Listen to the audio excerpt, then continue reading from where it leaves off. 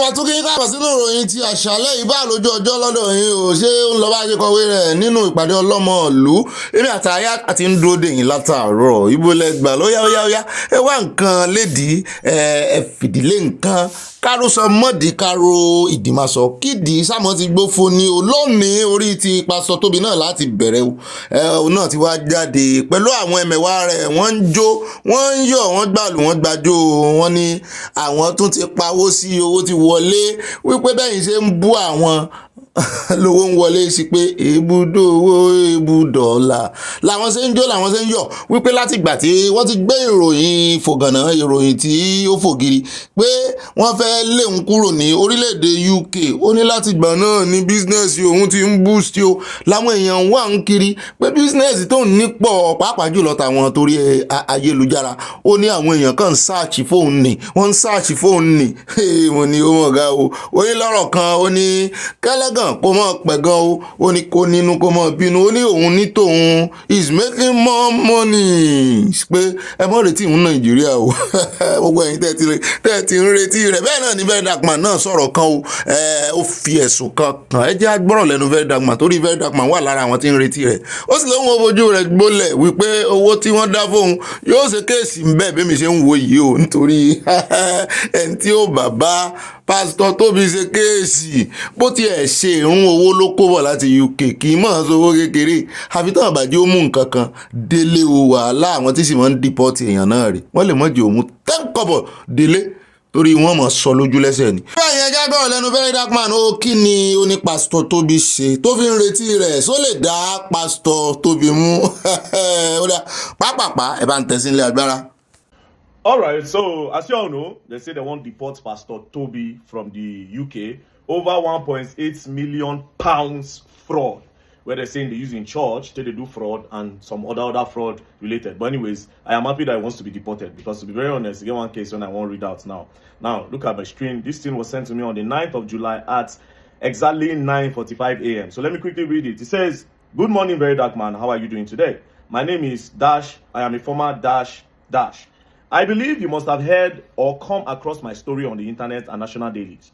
However, nítorí time àti nítorí ọ̀rọ̀ YouTube èèbó ni ó kà á jẹ́ ń kà ní Yorùbá gbogbo ohun tó sọ ní ń sọ n ò ní yọ kó ń bẹ̀ n ò ní fi kún arákùnrin kan ló kọ lẹ́tà sóhun wípé ó ṣe Verydarkman ti gbọ́ nípa story òun nípa ìtàn òun ló ń bá lóun ò tí ì gbọ́ ló bá fẹnu ara rẹ̀ sọ ó kọ̀wé ní owó fẹ́ẹ̀ kún ó ní ìyàwó òun Dora ó ní ó gbé jíwagọ̀ òun àti mọ́tò míì olówó iyebíye báyìí ó dárúkọ rẹ̀ ó ló gbé ó ní pásítọ̀ Tóbi nísìn fẹ́ pé ọ̀pọ̀lọpọ̀ àwọn ọkùnrin náà ló ti fẹ̀sùn kan pásítọ̀ Tóbi o ṣùgbọ́n ó níyàwó òun kó gbogbo dọ́kúmẹ́ǹtì ó ní ó sì gba ọ̀dọ̀ pásítọ̀ Tóbi lọ nítorí wípé ó ní pásítọ̀ Tóbi lo àyáàjì fún wọn ní ẹ̀sìn mọ̀ pé àbúrò fáyọsẹ̀ náà sọ lọ́jọ́ sí ó ní àwọn ọmọ òun tó ń lọ bẹ̀ àti kọ́sìn ọmọ òun ó ní wọ́n lò ó ní ara testimony tàn padà wá fóun nílé náà nù pé wọ́n máa ń lo àyáàjì fún wọn ń bẹ̀ ni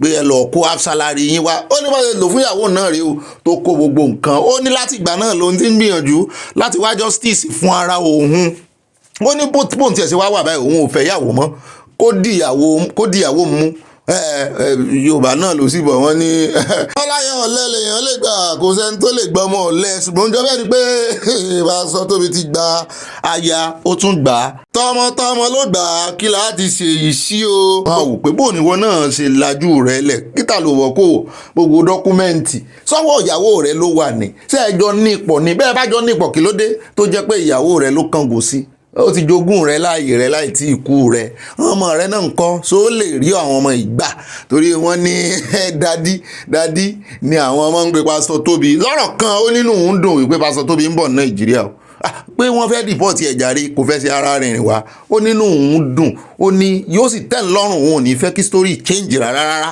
kó mọ́ lọ́ngì pé yóò wá fojú rẹ̀ ìyẹn ojú àwo rẹ̀ yóò wá fi gbọ́bẹ̀ torí Yorùbá náà ló ní ojú àwo làwo fi gbọ́bẹ̀ ẹja continue ká mọ́ gbọ́rọ̀ lẹ́nu Verydarkman.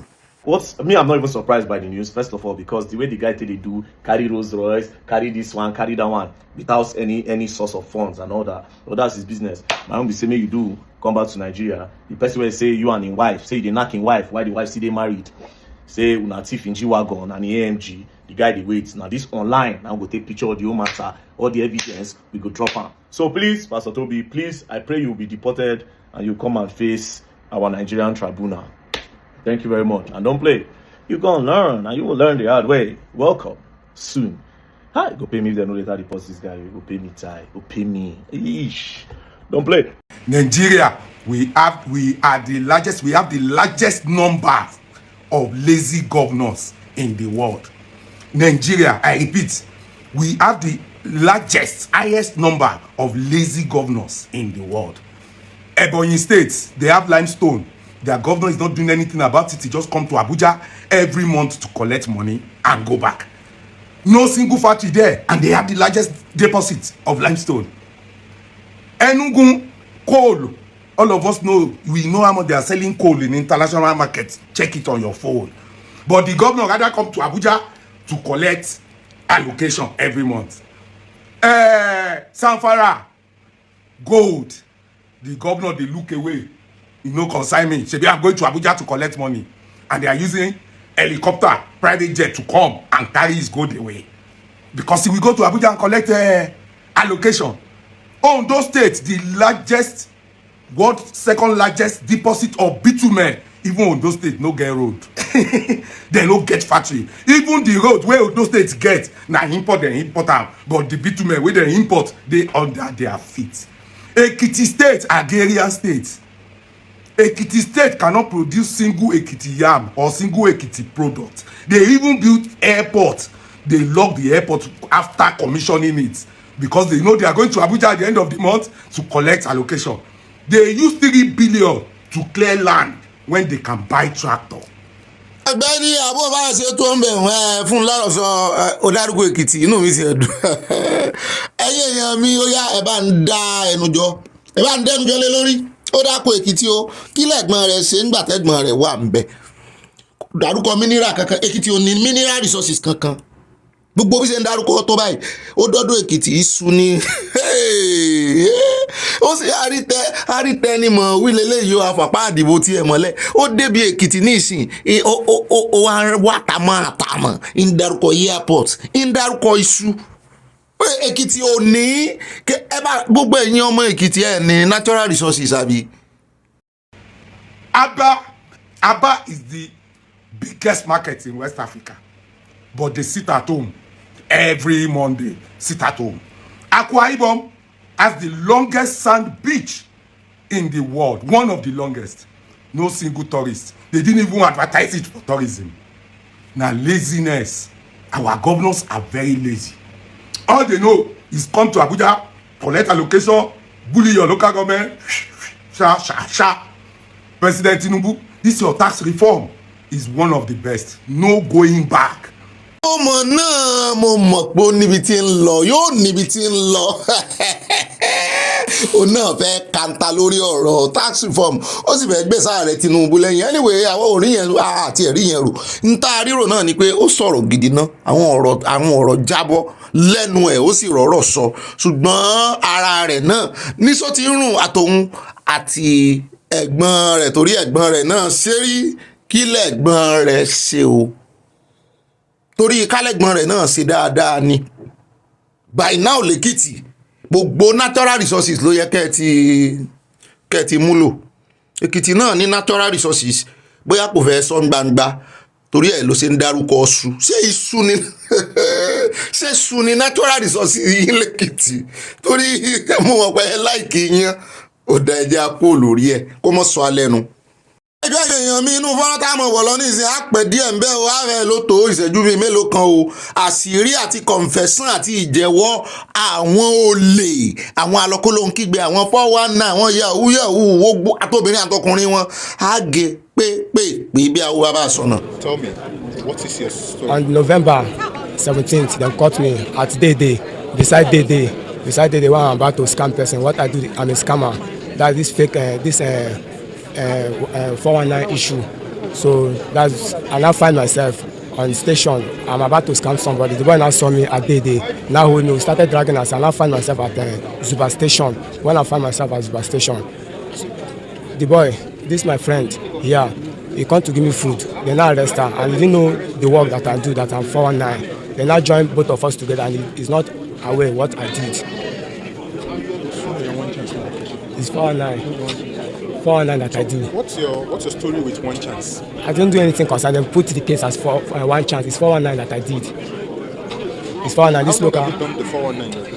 ẹ rántí àwọn tó máa ń lo àbámọ́dá tó máa ń lo àbámọ́dá fún yàn àwọn kan ti ẹ̀wà lẹ́kọ̀ọ́ nígbà náà wọ́n mọ̀ ṣe bí ìgbà tó ń ta tẹ́tẹ́ tó ń ta ó bá ti yà ń bẹ̀ báyìí ojú rẹ̀ ó mọ̀ pòyì ní ara aṣẹ́ tí ń ṣe rèé èlò nísìnyí rí gbà ó ní 7,000 gbà míì òun ó jà báàgì ìgbà míì òun ó gba fóònù wọ́n wá ń bí wípé sóun náà máa ṣe one chance ó lóun ò ṣe one chance rí 419 ni òun ṣe máa ṣọ́ra gbogbo ohun tí ń sọ léèbó náà la ní ká sáré túmọ̀ ẹ̀ sí Yorùbá ọwọ́ sá ti bà bẹ́ẹ̀ náà ló tún kó bá ọ̀rẹ́ rẹ̀ kan tíyẹn ní kóun wá gbóúnjẹ fún yẹn ò sí mọ́sẹ́ tí ń ṣe ẹ mọ̀ kìlọ̀ fún ọmọ yín o bí ọmọ rẹ̀ sọnù o dandan kọ́lọ̀ rẹ̀ o ó ní ìyẹn wá gbóúnjẹ fóun nì bóyá ọmọ bùjẹ̀bù dànù fún un tó bá ti rí nǹkan jágbà nígboro àwọn ọmọ Òṣòdì yóò sì nọ́mà ẹ já gbọ́rọ̀ lẹ́nu eléyìí náà ó náà ó tú pẹ́rẹ́pẹ́rẹ́ ọ̀rọ̀.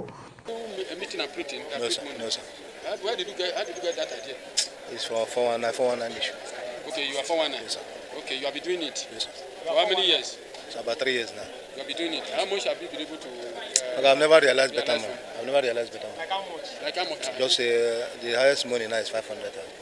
tí a bá rí ọ̀gá tẹ̀ ń wò ní tiẹ̀ 419 ló náà ṣe ṣùgbọ́n òun ti ṣẹ̀wọ̀n rí ó lóun ti ṣẹ̀wọ̀n oṣù 6 rí tán fóun lẹ̀ ìgbà tún fi ilẹ̀ tán túlẹ̀ ló bá tún wá gbòòrò ó tún wá ń dagboru nígboro kò jẹ́ kó gun omi dípò kó tún ayé ara rẹ̀ ṣe kó pe ara rẹ̀ sí àjọ tó nírònú ó tún bà ayé ara rẹ̀ jẹ́ wọ́n wá ní kíni kan ṣe fún ń tẹ́wọ́ náà ni ó dá ṣé kí ni àmọ̀ràn rẹ fún àwọn aráàlú àtàwọn bọ́ìsì tí ń gbàyàn ń gbòòrò ó ní kán mọ̀ dánrú rẹ̀ wò mọ́ ó ní kán mọ̀ ṣe ó ní kò dá èmi sì rí lójú rẹ̀ pé bọ́ bá tún túlẹ̀ yóò tún ṣe jù bẹ́ẹ̀ lójú rẹ̀ tí mò ń wò yìí 419 wà nínú ojú rẹ̀ ó yẹ kán ṣe deliverance fún bọ́ọ̀dá yìí ó dá ẹjẹ́ àpò ń bẹ́ ẹjẹ́ wá bọ́ọ̀dì sọ́dọ̀ obìnrin ó kan obìnrin náà kì í sọkùnrin nìkan ó yá ẹ bá ń tẹ̀sí nílé agbára kẹ́ ẹ rántí tan máìkì ẹ̀ lẹ́ o. That is it. Maybe in the process, you give the person your bag to help you hold. To give your bag to help you hold. By the time you give you the bag, you check whatever thing is inside. If you don't have anything, you drop it and let the person go. That is all. It's the only bag that you take? It's only bag. What about phones and other personal belongings? It's only bag. Okay. Now, how much have you made from this? I didn't make anything. That's why I stopped it. You didn't make anything at all? Like how much? If you have not... I didn't do it for long. I stopped. And it's through friends. Let me say, it's not even up to 30,000. Because I stopped immediately. It's through friends. It's through friends. I stopped this year. ó rà yẹn sáré gbé yín débẹ̀ lórí ti arábìnrin yìí ó lọ́kọ ọkọ rẹ̀ ń wò náà lé báyìí o ó tiẹ̀ ní ohun olóhùn àti ọkọ òun ti jà wọ́n ti dàrú tẹ́lẹ̀ ṣùgbọ́n ṣe parí ẹ̀ náà ni kélé ìsọmọ lọ́wọ́ òun ó ní kì í sì ṣe ibi tóun ti ń jalè àwọn ní one chance rí ó ní kì í ṣe bẹ̀ náà ti mú òun àmọ́ gba báàgì ni wọ́n bá ti kó nǹkan tó wà nù báàgì àwọn ó ju báàgì dànù ń tà wọ́n sáwọn pààyàn sáwọn rànwọ́ náà ń ṣe bí ajínigbé ó ní rárá ó lóun ò ṣèyẹn rí sọ́kọ̀ rẹ̀ wá láìkí tó ń ṣe yìí ó ló wà disappointed nínú òun ó ní ṣùgbọ́n òun tètè fi sẹ́hùn lẹ̀ èló ló ti pa ó lóun ò tí ì pawó kankan létà ló jẹ́wọ́ pé òun ti pa bíi 30,000 pé nígbà tí òun sì rí pé kò pay lòun rí pé bóyá iye tó ń retí ń bẹ̀ ojú 30,000 lọ lòun bá sì fílẹ̀ òun ò ṣe mọ́ ẹjá gbọ́rọ̀ díẹ̀ síwájú lẹ́nu rẹ̀. What's your advice to other ladies outside there? Whoever that is doing the should better stop because it's not good at all. Nothing to write home about. Okay, when you were doing it, you didn't know that it was not good? I didn't know even when I started the first time. I didn't know. It took me out for the first time. I didn't know it was like that. So when I went and saw it, I stopped. How many people had cried, wept I because don't- of your actions? I don't know. That you know. It's that one that I don't know. It's only God. I don't know. ṣé ń gbọ́ ọlọ́rẹ̀ ló ti ń débẹ̀ ọ̀rẹ́ wọ́n wá ní èèyàn mélòó ló ti pa lẹ́kún ló ti ara iṣẹ́ ọwọ́ rẹ̀ tó ní ìpayín keke tó ní ìbànújẹ́ ọkàn lòun mọ́ o ó lọ́lọ́run nìkan ló lè mọ́ o iṣẹ́ ọwọ́ àwọn abanijẹ́nu wọn ì mọ iye wọn ì lè ka iye àwọn táyé wọn bàjẹ́ látọwọ́ wọn ì lè kà á kì í yé wọn ká lọ́lọ́run lè gbé picture wọn wá ní tàbí kó play video torí wọn ì mọ̀ ẹlòmíì lè lọ pokùnso ó lè jẹ last card díẹ̀ nìyẹn tán gbà lọ́wọ́ ẹ̀ tí ó rè é pokùnso ó lè para rẹ̀ tán bá ní ó lè lóhùn òpààyàn rí bó ṣe wà yìí ṣùgbọ́n tán bá sí rẹ́kọ̀dù ẹ̀ tán bá sí lójú ẹ̀mí àwọn tó ti pàṣẹ iṣẹ́ ọwọ́ tó iṣẹ́ burúkú tó ṣe iṣẹ́ láàbì tó ti pàṣẹ rẹ̀ pa ó lè mọ́ fọ̀bẹ sí wọn lọ́rùn ó lè mọ́ dùnbù wọn ó lè mọ́ gàn lọ́rùn ṣùgbọ́n tán ti gbàbẹ̀ lọ ẹ jẹ́ á gbọ́ lẹ́nu ẹlòmíì náà àwọn tí wọ́n jí àwọn eléyìí jí kíní ìta ni. The machine to cut this thing. I no get machine. How you dey cut am? Saw blade. Saw blade. Yes, sir. Okay. Now you dey use the cutter. Yes. How many you don cut like this? The many? 2. Yes. How much you dey sell one? 7,000. For one? No. 700,000. 700,000. That this or Everyone wey dey here? no, not be one. Only one? No. All the same thing. Da wancan na farko da muka yi shine muka sayar 700,000. Ba na jin turanci ba. Now you only one dey do am? How many of you? 4. Mu biyar ne. Da kama ma yara 4 sun gudu. Na which area una dey do am? Muka sai da ma yaran 700,000. ó dá ibi láàrin wọn nù abala lérèfé ní pápá àpẹjẹ abọ́dì sọ̀rọ̀ ganu Ọ̀gbẹ́ni Bobby kan gbé wa débẹ̀ fún ìròyìn ti àṣálẹ́ yìí. Wá o ọ̀rẹ́ wa ǹjẹ́ o ti gbọ́ nípa Olúòkun virtual bank o ò tí ì gbọ́ ó yá súnmọ́ bí jẹ́ ń já ẹ sí. Olúòkun virtual bank jẹ́ ilé ìfowópamọ́ orí ayélujára èyí tó ń rí sí títà àti rírà owó rúbà ìyẹn owó tá a yà sọ́tọ̀ fún àwọn ọmọ Yorùbá jákèjádò àgbáńlá ayé. Bóyá lo mọ̀ wípé o lè ra rúbà kó o tún tà á lọ́dọ̀ wa kó o sì jèrè gọbọi. Bóyá lo mọ̀ wípé nígbà tí rúbà kọ́kọ́ bẹ̀rẹ̀ ẹyọ rúbà kan là ń pààrọ̀ sí $12 ṣùgbọ́n lọ́wọ́lọ́wọ́ yìí o ọ̀pọ̀n ti sún ọ̀rẹ́ wa rúbà kan ti di $16 kí ló wá ń dúró ṣe tètè lọ sí àpò ìfowópamọ́ kan pẹ̀lú Olúòkun virtual bank níbi tó wó rẹ ò ti ní sọnù láéláé ìyẹn ní www.oluokun.com tàbí kí ẹ pe ẹ̀rọ ìbánisọ̀rọ̀ yìí fún àlàyé lẹ́kùnrẹ́rẹ́ àti ìtọ́sọ́nà +220 653 8694 lẹ́ẹ̀kan sí +220 653 8694 ìyẹn ní WhatsApp tàbí ní Telegram. Olúòkun virtual bank àyè dáadé fún gbogbo ọmọ Yorùbá.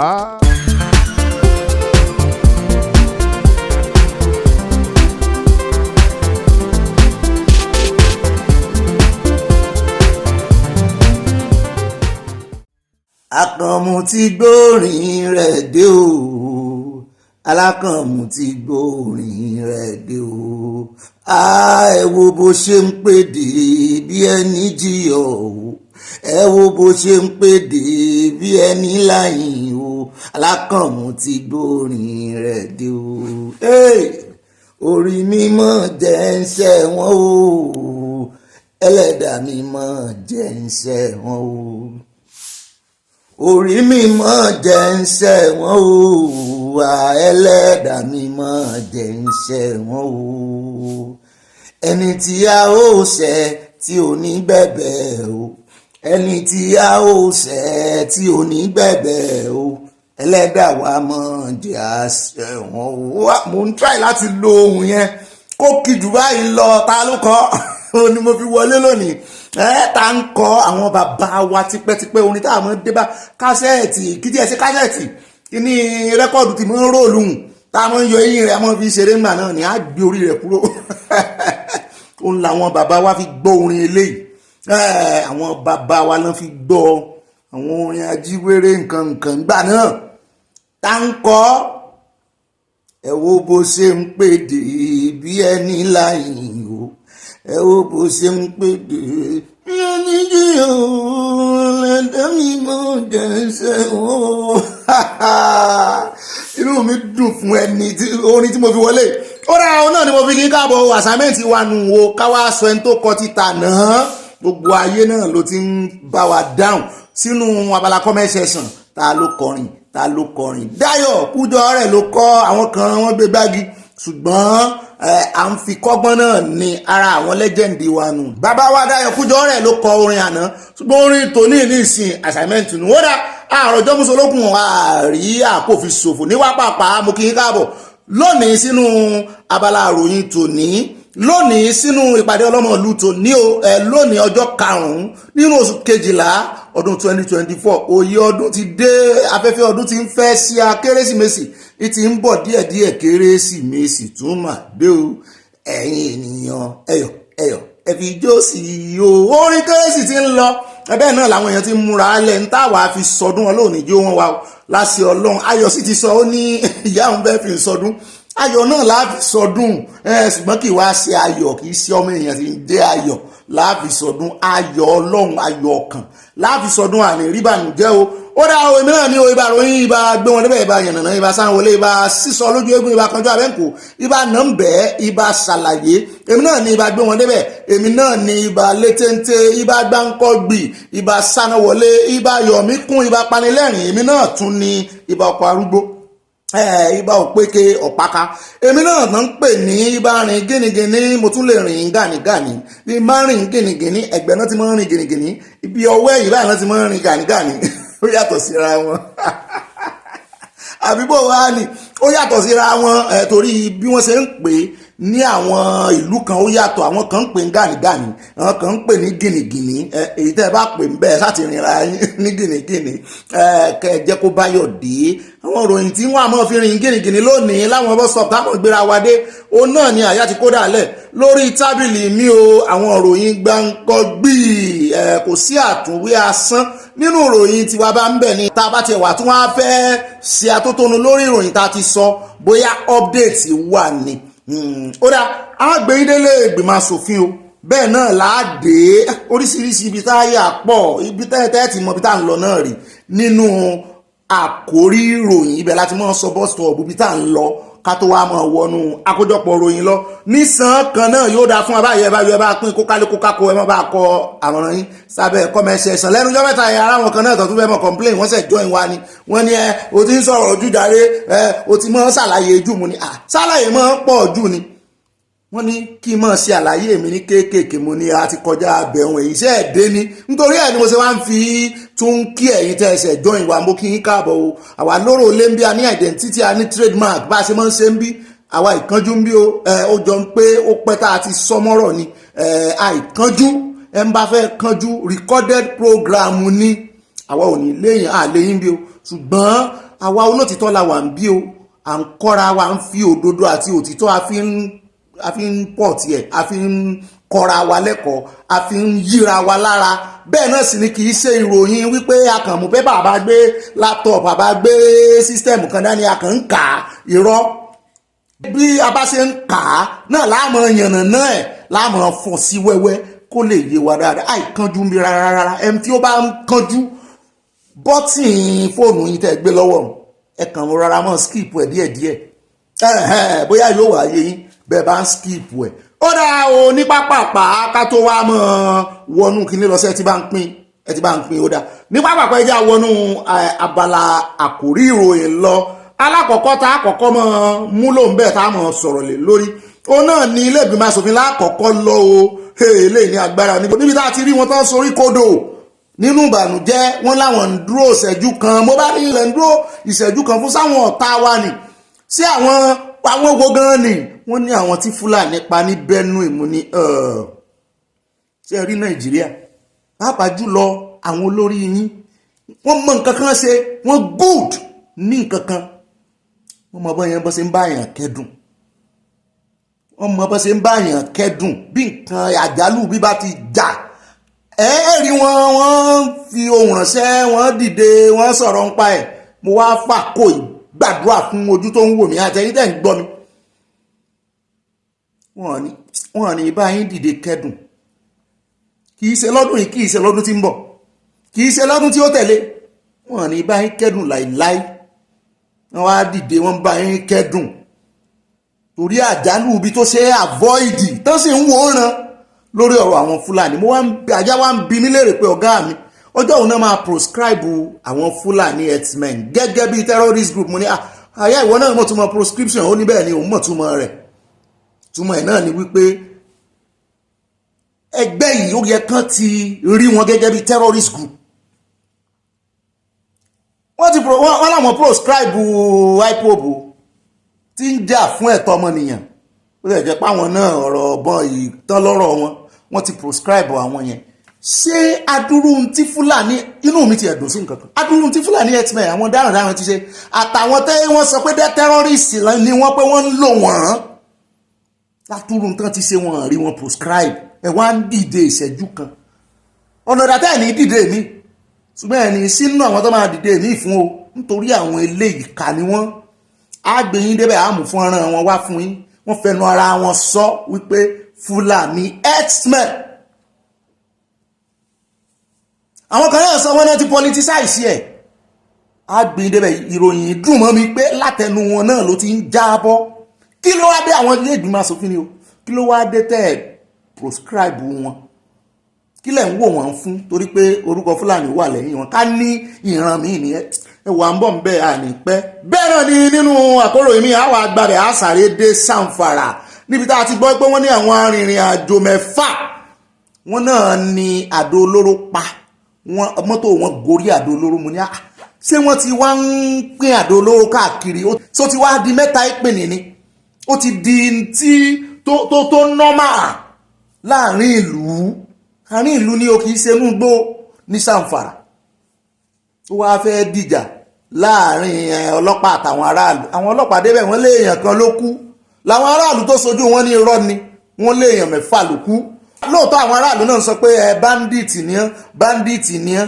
ṣùgbọ́n nígbà tí iléeṣẹ́ ọlọ́pàá Nàìjíríà ò jàre wọ́n ní wọ́n ṣe bandit wọ́n ní àwọn Lukarawa group tuntun àwọn terrorist tuntun lọ́sẹ̀ ẹ̀dálẹ̀ ní láyé ìpínlẹ̀ Kebbi sí Kano ìpínlẹ̀ Kebbi sí Sokoto tọ́nà ń sọ̀rọ̀ bí agbọ́n bẹ̀ ṣùgbọ́n lẹ́nu ọjọ́ mẹ́ta ìlàgbọ́ pé àwọn ọmọléeṣẹ́ ológun Nàìjíríà rè bọ́m̀báàdì wọ́n pa yànnàyànnà òótọ́ sí ni wọ́n pa wọ́n gẹ́gẹ́ bá a sì gbọ́ ṣùgbọ́n wọ́n ní àwọn tó ráyè escape wọ́n lára wọn ló wá sáwá sí Zamfara tọ́tún wọ́n ráyè escape pẹ̀lú àdó olóró láàrin ìlú èèyàn mélòó ló wá kú ta ní sòótọ́ kí ni ìtumọ̀ banditi kí ni ìtumọ̀ terrorist àwọn ọlọ́pàá ṣàlàyé wọ́n náà yàtọ̀ síra wọn ọ̀gá ọlọ́pàá CP ibẹ̀ ní Zamfara ní terrorist Lukarawa terrorist làwọn eléyìí ó láwọn banditi ò mọ àdó olóró mo bá rẹ́rìn mo lanú lẹ̀ báyìí ni mo lè padé ìgbà tí èsì ń bọ̀ ni mo panudé èsì sí ń bọ̀ àgbẹ̀ níbẹ̀ lónìí kò ní dọ́là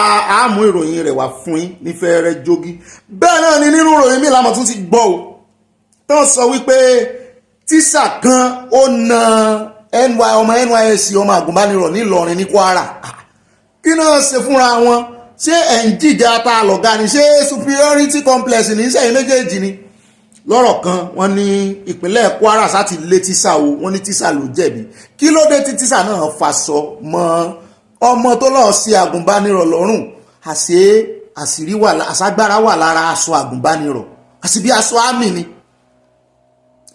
àmì ni torí mi ń wò pé ṣé bóyá obìnrin náà méjèèjì kí ló dé tí ẹ wá tẹ̀ ń dájọ́ wọ́n ní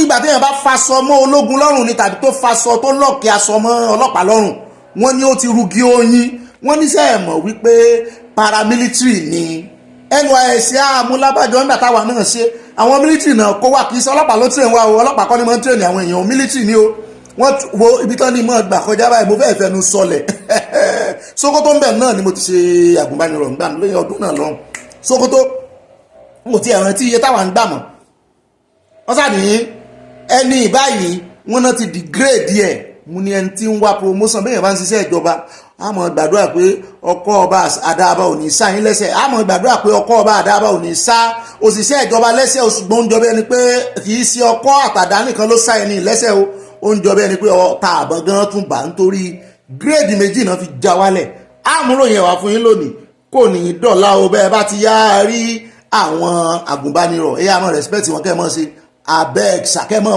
bẹ́ẹ̀ fún wọn attention kì í ṣiṣẹ́ kékeré làwọn ọmọ yìí ṣe wọ́n fẹ̀mí ara wọn náà wéwu wọ́n gbé wọn kiri lọ síbi irú àwọn Zamfara àìmọye àwọn ọmọ Yorùbá tó ń gbé lọ rú Zamfara ìbáyìí kó sàmọ́ sí kinní láàrin àwọn mẹ́fà tó kù.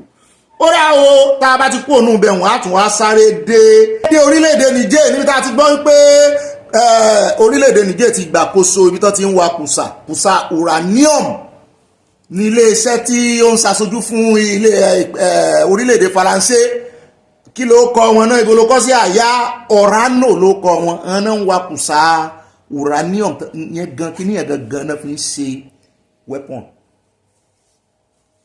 uranium yẹn náà ń lò tí wọ́n fi ń ṣe nǹkan àdó olóró nǹkan kan iléeṣẹ́ tí Faransé wa mú wá pé kó mọ̀ wá tọ́jọ́ ní àkọọ́lẹ̀ tọ́jọ́ buwọ́lùwé báwọn ní orílẹ̀-èdè Niger ṣé àwọn ológun ló wà bẹ́ẹ̀ ní ìsìn tó gbàjọba wọ́n ṣe lé wọn nìyẹn pé àwọn òfẹ́mí yín láàkàn mọ́ kí ló dé ẹni tó mú yín wá gan-an ti lé.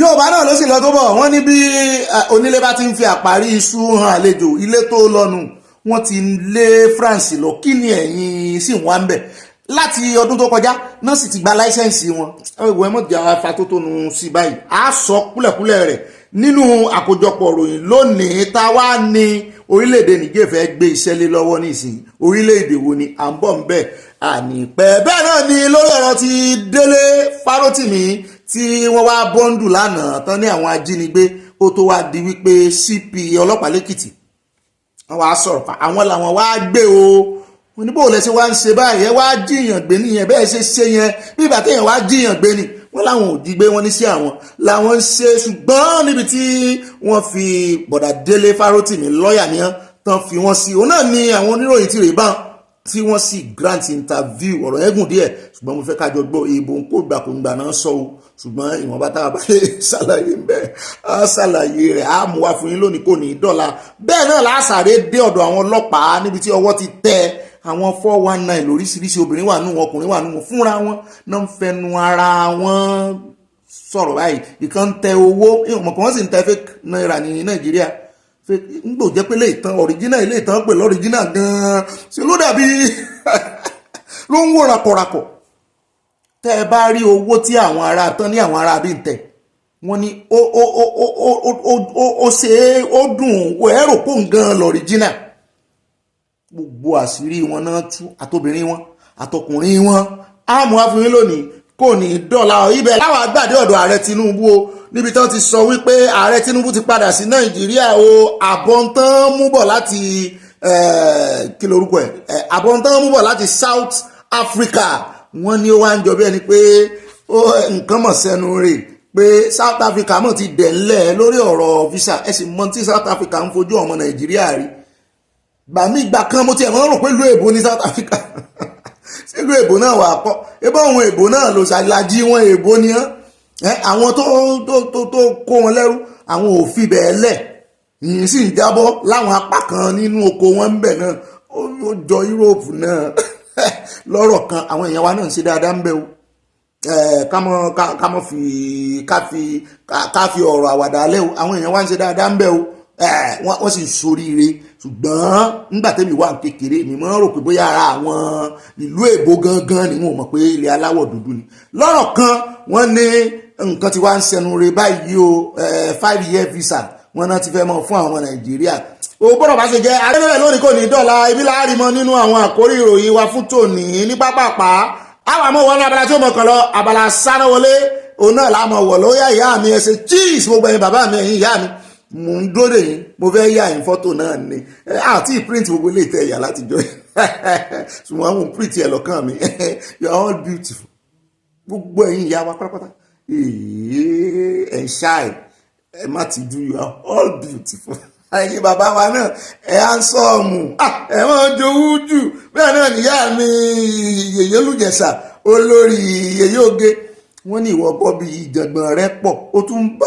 ẹ tún pín lọ́ọ̀fù mọ́ra yín lọ́wọ́ ẹ wò gbogbo ẹ̀yin tẹ́lẹ̀ bá mọ́ tẹ lọ́ọ̀fù sí mi ní ìsìn ẹ mọ́ ṣe kó mọ́ pé bẹ́ẹ̀ bá tẹ mẹ́fà ìwọ ní lọ́ọ̀fù márùn-ún bó lèmi àtàyè ó ṣe pin àyà ìfẹ́ gbà láti dọ̀rọ̀ lọ́ọ̀fù ṣùgbọ́n mọ̀ yàn jẹ́ ń di owó tí yàrá mi rí skáàtì mọ̀ sẹ́ǹdì sí mi yàwá kan náà à ń bọ̀ ń bẹ̀ yàwá kan náà sẹ́ǹdì owó sí mi láti Canada wọ́n ra sticker fún wa kì í ṣe owó káàsì o bàbá náà owó YouTube ṣùgbọ́n à ń sọ́dọ̀ owó náà ní sọ̀wédowó wọ́n ra sticker à ń bọ̀ ń bẹ̀ nínú abala kọ́mẹ́sì ẹ̀sán mo ti fẹ́ wọn ṣáájú ẹlẹ́ẹ̀dẹ́pẹ̀ẹ́dẹ́ àyà ti ń ranjú mọ́ mi pé section òun nù wo kí ni mò ń wá lọ́rọ̀ bẹ̀ ó dà ẹjẹ́ ń gbé ìwọ inú abala ti sáná wọlé eléyìí tá àkọ́kọ́ mẹ́nubà ń bẹ̀ ó náà ní ti ọ̀rọ̀ Netflix o lára àwọn iléeṣẹ́ tí ń kó Nàìjíríà Netflix wọ́n náà ti kángára wọ́n ti kó Nàìjíríà ní ìsìn yóò wọ́n ní gbogbo àwọn oníbàárà wọn ló ti dínkù gbogbo oníbàárà tán ní wọ́n ní bí ìdajì ló kàn wọ́n ní àwọn ìdajì tó ṣẹ́kù gan wọ́n ní ọ̀pọ̀lọpọ̀ wọn ò rówó subscribe láti wo Netflix wọ́n ní Netflix nínú gbogbo rògbòdìyàn èmi ló kàn èèyàn kan dúró wo Netflix náà bá láwọn náà ṣe mọ́ àwọn náà ń kó Nàìjíríà kò pé àwọn wọ́n nífẹ̀ẹ́ kàn tẹ́lẹ̀ wọ́n ní agídí làwọn ń ṣe wọ́n ní ṣùgbọ́n nígbà tí ìjọba ìbílẹ̀ kan sì ti wọbẹ̀ tó sì jẹ́ wípé ọ̀rọ̀ dọ́là sí náírà sì ti ń ṣe dáadáa báyìí ẹ̀ mọ́ iye tó ń ṣe euro báyìí ni 1,750 ní láàárọ̀ yìí nígbà tí mo máa jí last week ìṣirè 1,850 mọ́ ní odidi 100 naira ní náírà ti gbà lọ́wọ́ dọ́là àti euro ó gbìyànjú ohun ọmọ yìí tó ń ṣe dọ́là báyìí ṣùgbọ́n 1,750 ní láàárọ̀ yìí ní euro bóyá yóò wà gòkè sí bóyá ẹ mọ̀ pé ìmọ̀ fluctuate náà ni ṣùgbọ́n náírà gbìyànjú odidi 100 naira láàrin ọ̀sẹ̀ kan ó gain 100 ó gbìyànjú lọ́rọ̀ kan Netflix ti sáà ní àwọn òṣèmọ̀ ó wù kó gain jù bẹ́ẹ̀ lọ pé àwọn ń kágára àwọn ń sá lọ wípé kò rí bẹ́ẹ̀ láwọn ìlú míì mo sì wá wò pé lẹ́yìn oṣù mo wá wò pé lẹ́yìn ọdún 6 tán sẹ́ẹ̀ dé wọ́n ti ya sá lọ ẹ mọ iye àwọn tó ti sá lọ Nàìjíríà àwọn iléeṣẹ́ ńláńlá nítorí ẹ̀ ni mo ṣe máa ń sọ wípé gbogbo eléyìí tán ń ṣe marketing irú ìjọba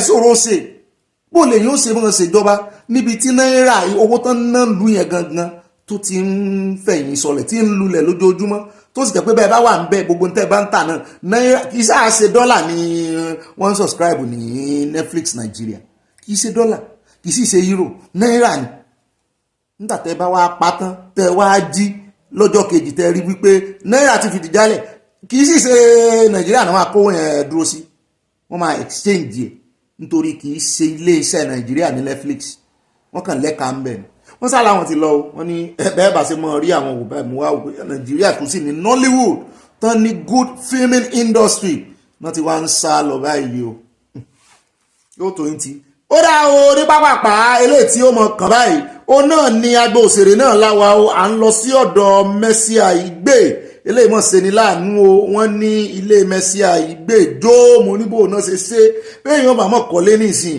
kó mọ̀ sí àmúyẹ pàápàá jùlọ lórí ọ̀rọ̀ wáyárìn wọn ìmọ̀ fi wáyárìn ṣeré mi ò mọ̀ tó fa o ó dìgbà tá a bá jọ fetí ara wa gbọ́ báyìí ká tó mọ̀ tó fa àyá ló ti mọ̀ tó ṣẹlẹ̀ ó ti kó dàálẹ̀ lórí tábìlì èmi mú wá fún yín ni wọ́n ní àwọn ọ̀rẹ́ olólùfẹ́ àti àwọn akẹgbẹ́ gbajúgbajà òṣèrébìnrin Mercy Aigbe Adéòtí tí ń bá dárò báyìí o tí wọ́n sì ń tù nínú lẹ́yìn tí iná jó ilé rẹ̀ ìjàmbá iná rèé kọ́lọ̀ mọ̀ jẹ́ kí iná mú máìkì délé wa láti wá kọrin torí gbogbo ibi tí iná bá ti mú máìkì dé tó bá wá kọrin yóò sí orin kan ń bẹ̀ alẹ́ kì í sí ìdúró kan náà lówó kó sáti mọ́ kọrin bẹ́ẹ̀ làwọn elégbé rẹ̀ náà mọ́ ọdún kò ní délé yín wọ́n ní kọrin délé yín wọ́n ní kọrin láàbí délé tèmi náà alẹ́ ọjọ́ 4 oṣù kejìlá ni arábìnrin Aigbe tó fi gbé bọ́nú o tó kígbe sílẹ̀ lórí ẹ̀rọ ayélujára Instagram pé iná jó dúkìá òun o ṣùgbọ́n adúpẹ́ omi ló dànù agbè òfò èèyàn kankan òkú mbẹ́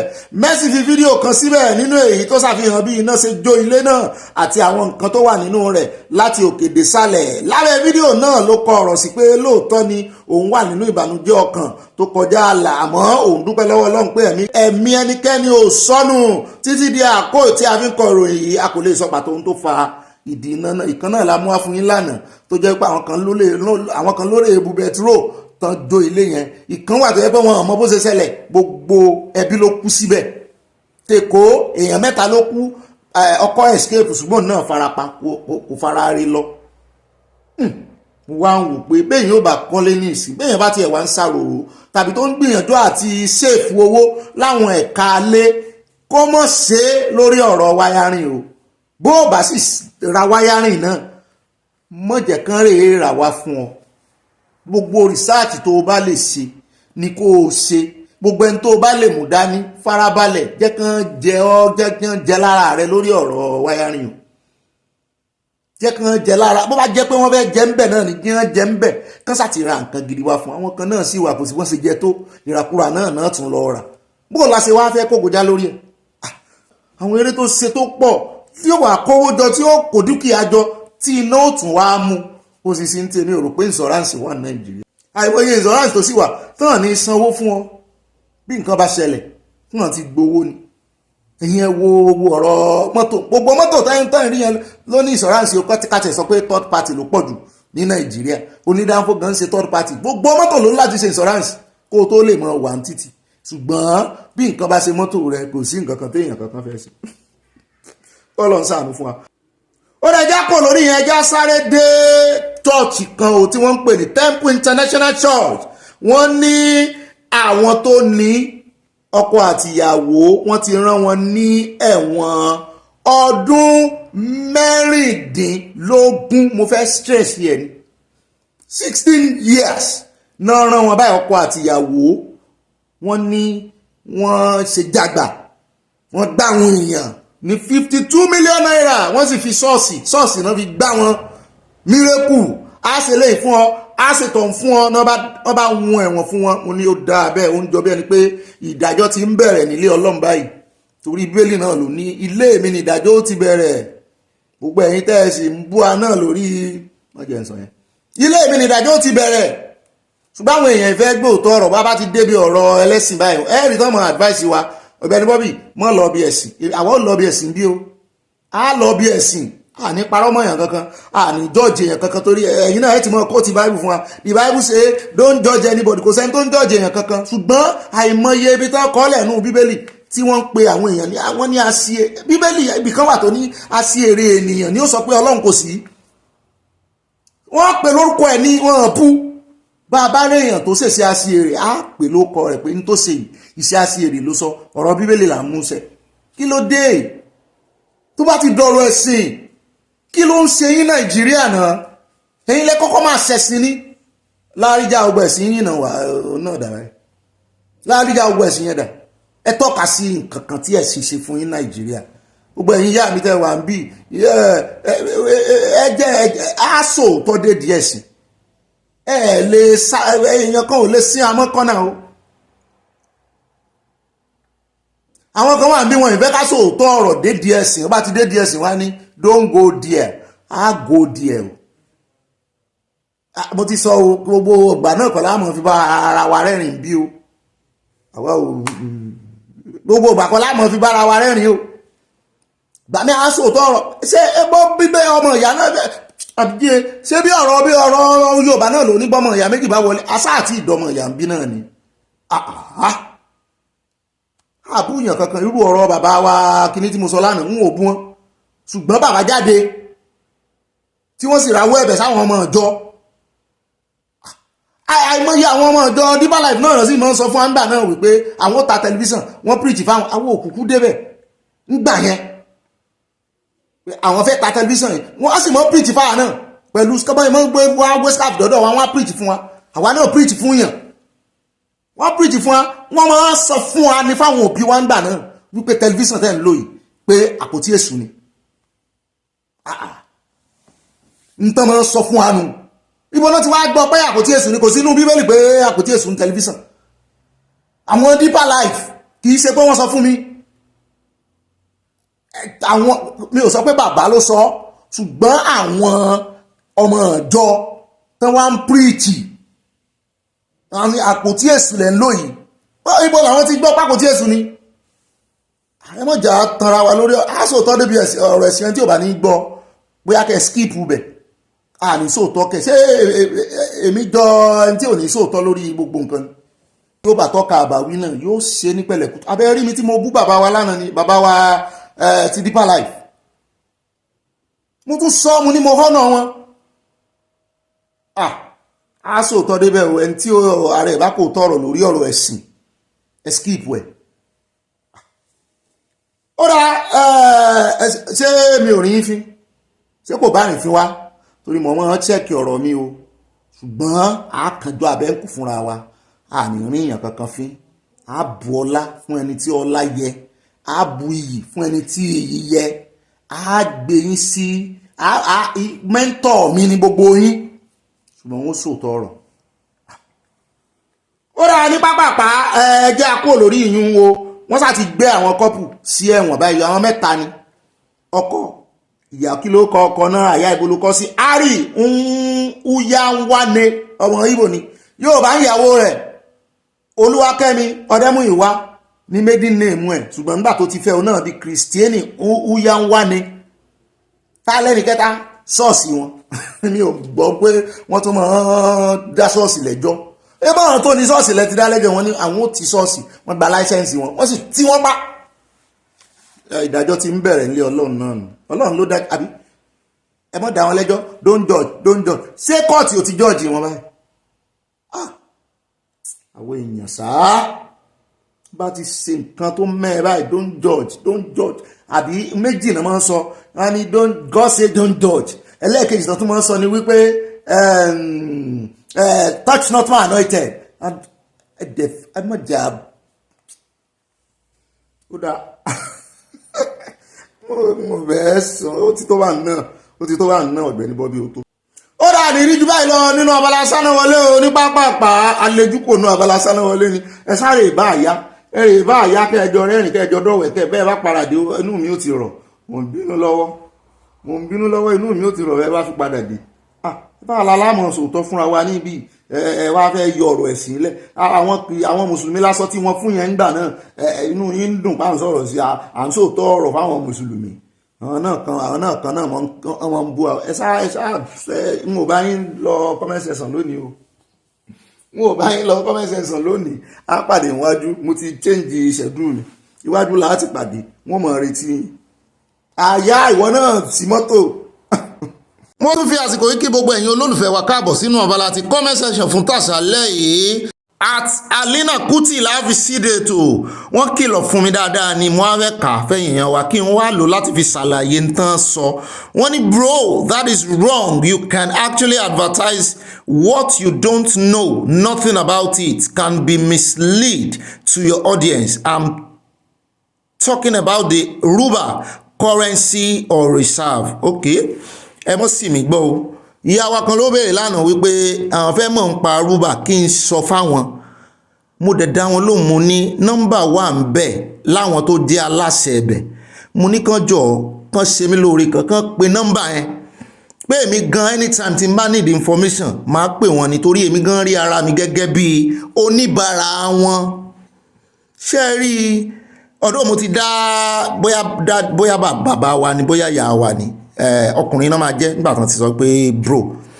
mo ní it is not wrong torí wọ́n ní it is wrong èmi fẹ́ sọ fún wọn pé it is not wrong nítorí nínú journalism ethics of journalism tán kọ́ wa ni wípé tó o bá ti jẹ́ pé ìwọ lo endorse tàbí ìwọ ni ambassador product mọ̀ bọ́n fẹnu sí nítorí ẹ̀ a ti ṣe live program lórí kìíní mo dìídì gbé Mr. Bishop wa ni tán ṣàlàyé àti wípé bóyá ẹ fojú pé media personality lèmi ẹ fi wò mí téèyàn bá rí for example nísìn béèyàn bá mú bẹ́ẹ̀ bá ń ṣe milk tẹ́ ẹ jẹ́ iléeṣẹ́ tó ń ṣe milk tẹ́ ẹ wá gbé advert lọ fún Channels television bí kan bá yín run advert bóyá fún 13 episodes táwọn máa ń pè ní 1 quarter tẹ́ ẹ wá fún wọn lówó tẹ́yìn bá wo tẹlifíṣàn tẹ́ rí advert milk yẹn tẹ́ like ẹ̀ ṣé Channels television lẹ máa pè àbí ẹ máa pe àwọn tó ní milk tí information wọn wà nù advert wọn.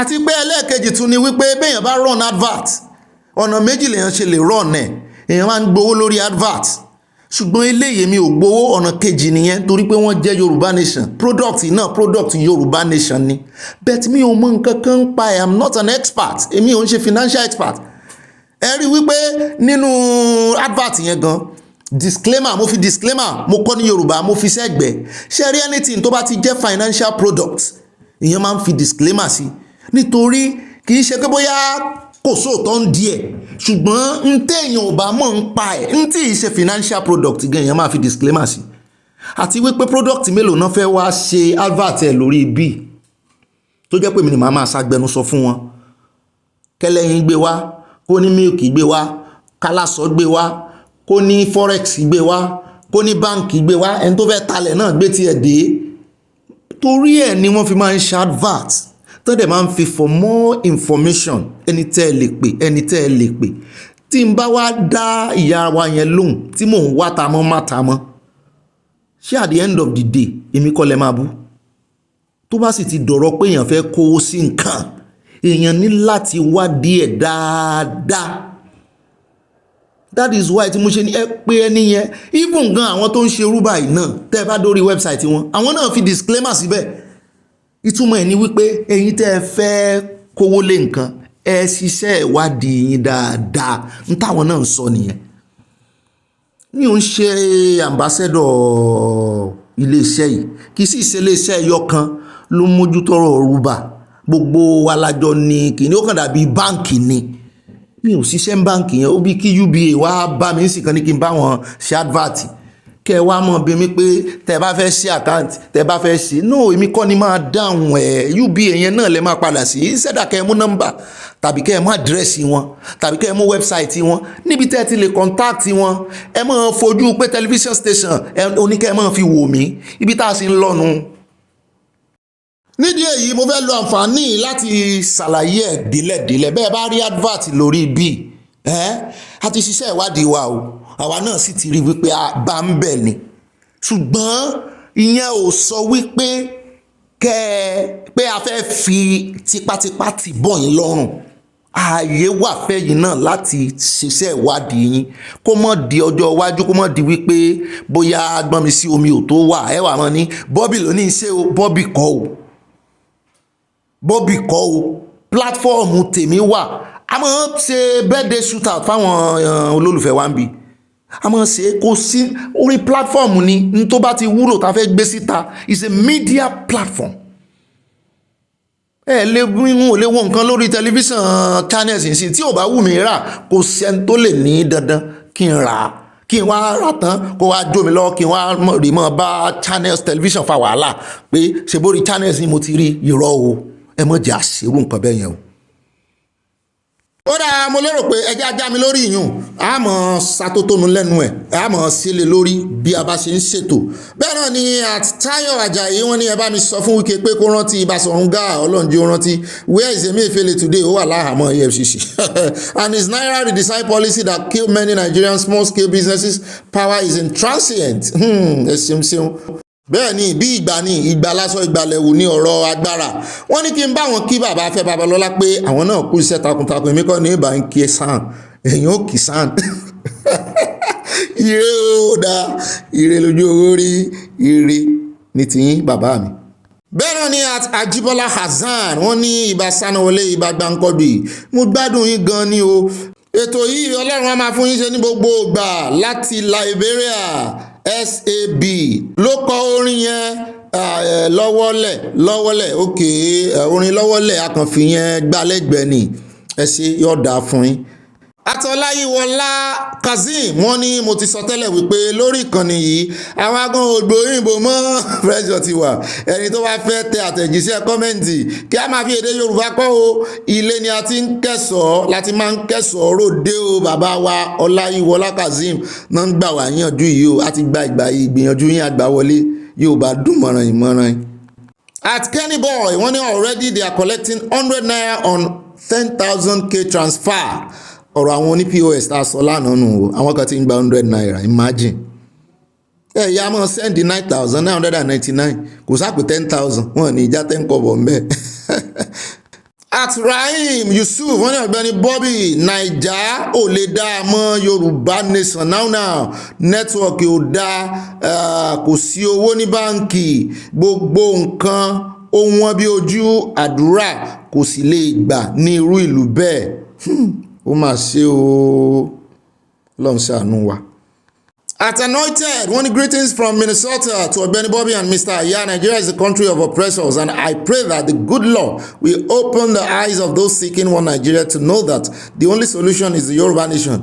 Kujore sang the entrance song, ẹ ṣe intro, tá a fi wọlé Kujore ló kọ, àwa tá a jẹ́ media personality intro la mọ̀ pé ẹ ṣeun o, yóò dá fún yín.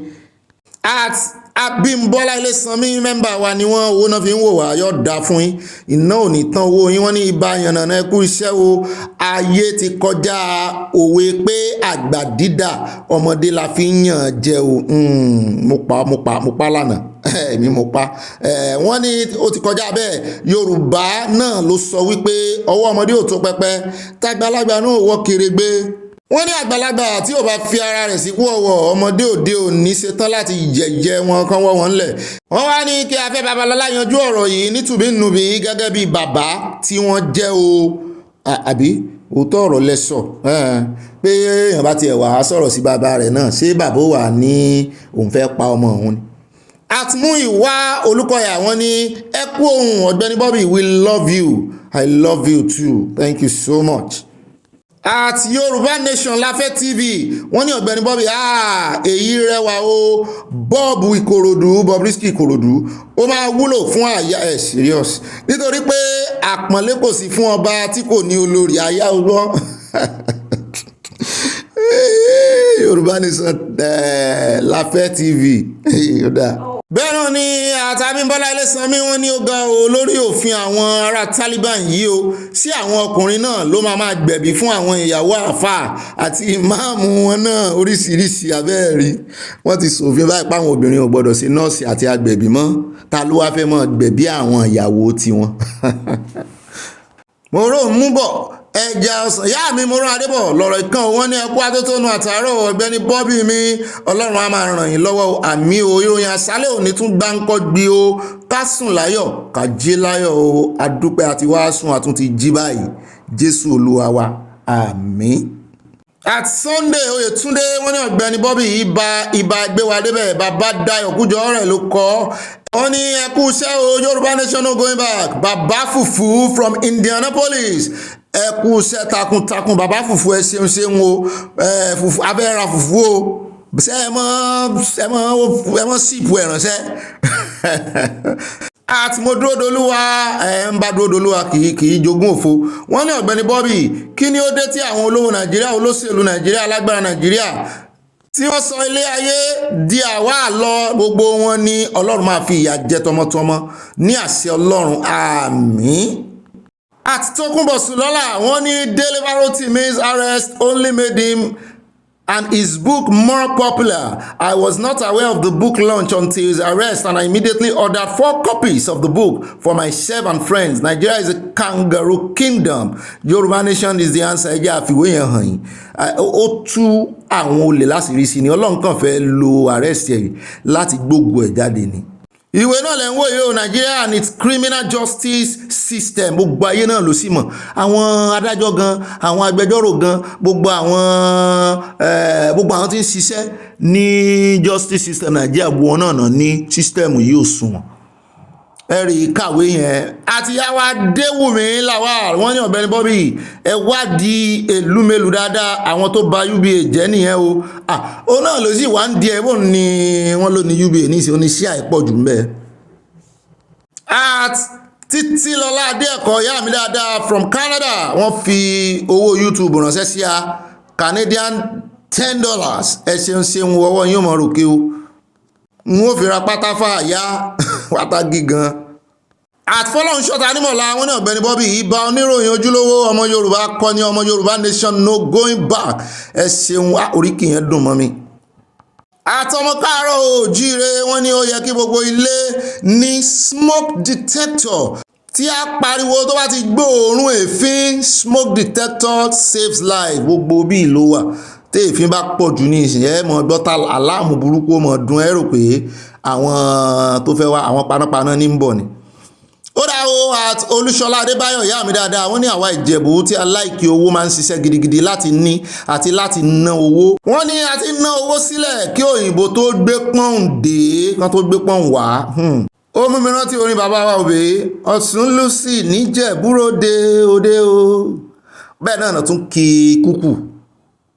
Àtàbáyọ̀mí Ahmed wọ́n ní hello sir good evening sir ẹ kú iṣẹ́ takuntakun Olúwa máa bá yín ṣe àmì o. Today's song was composed by Dayọ̀ Kújọ́rẹ̀ ẹgbàá 100/100.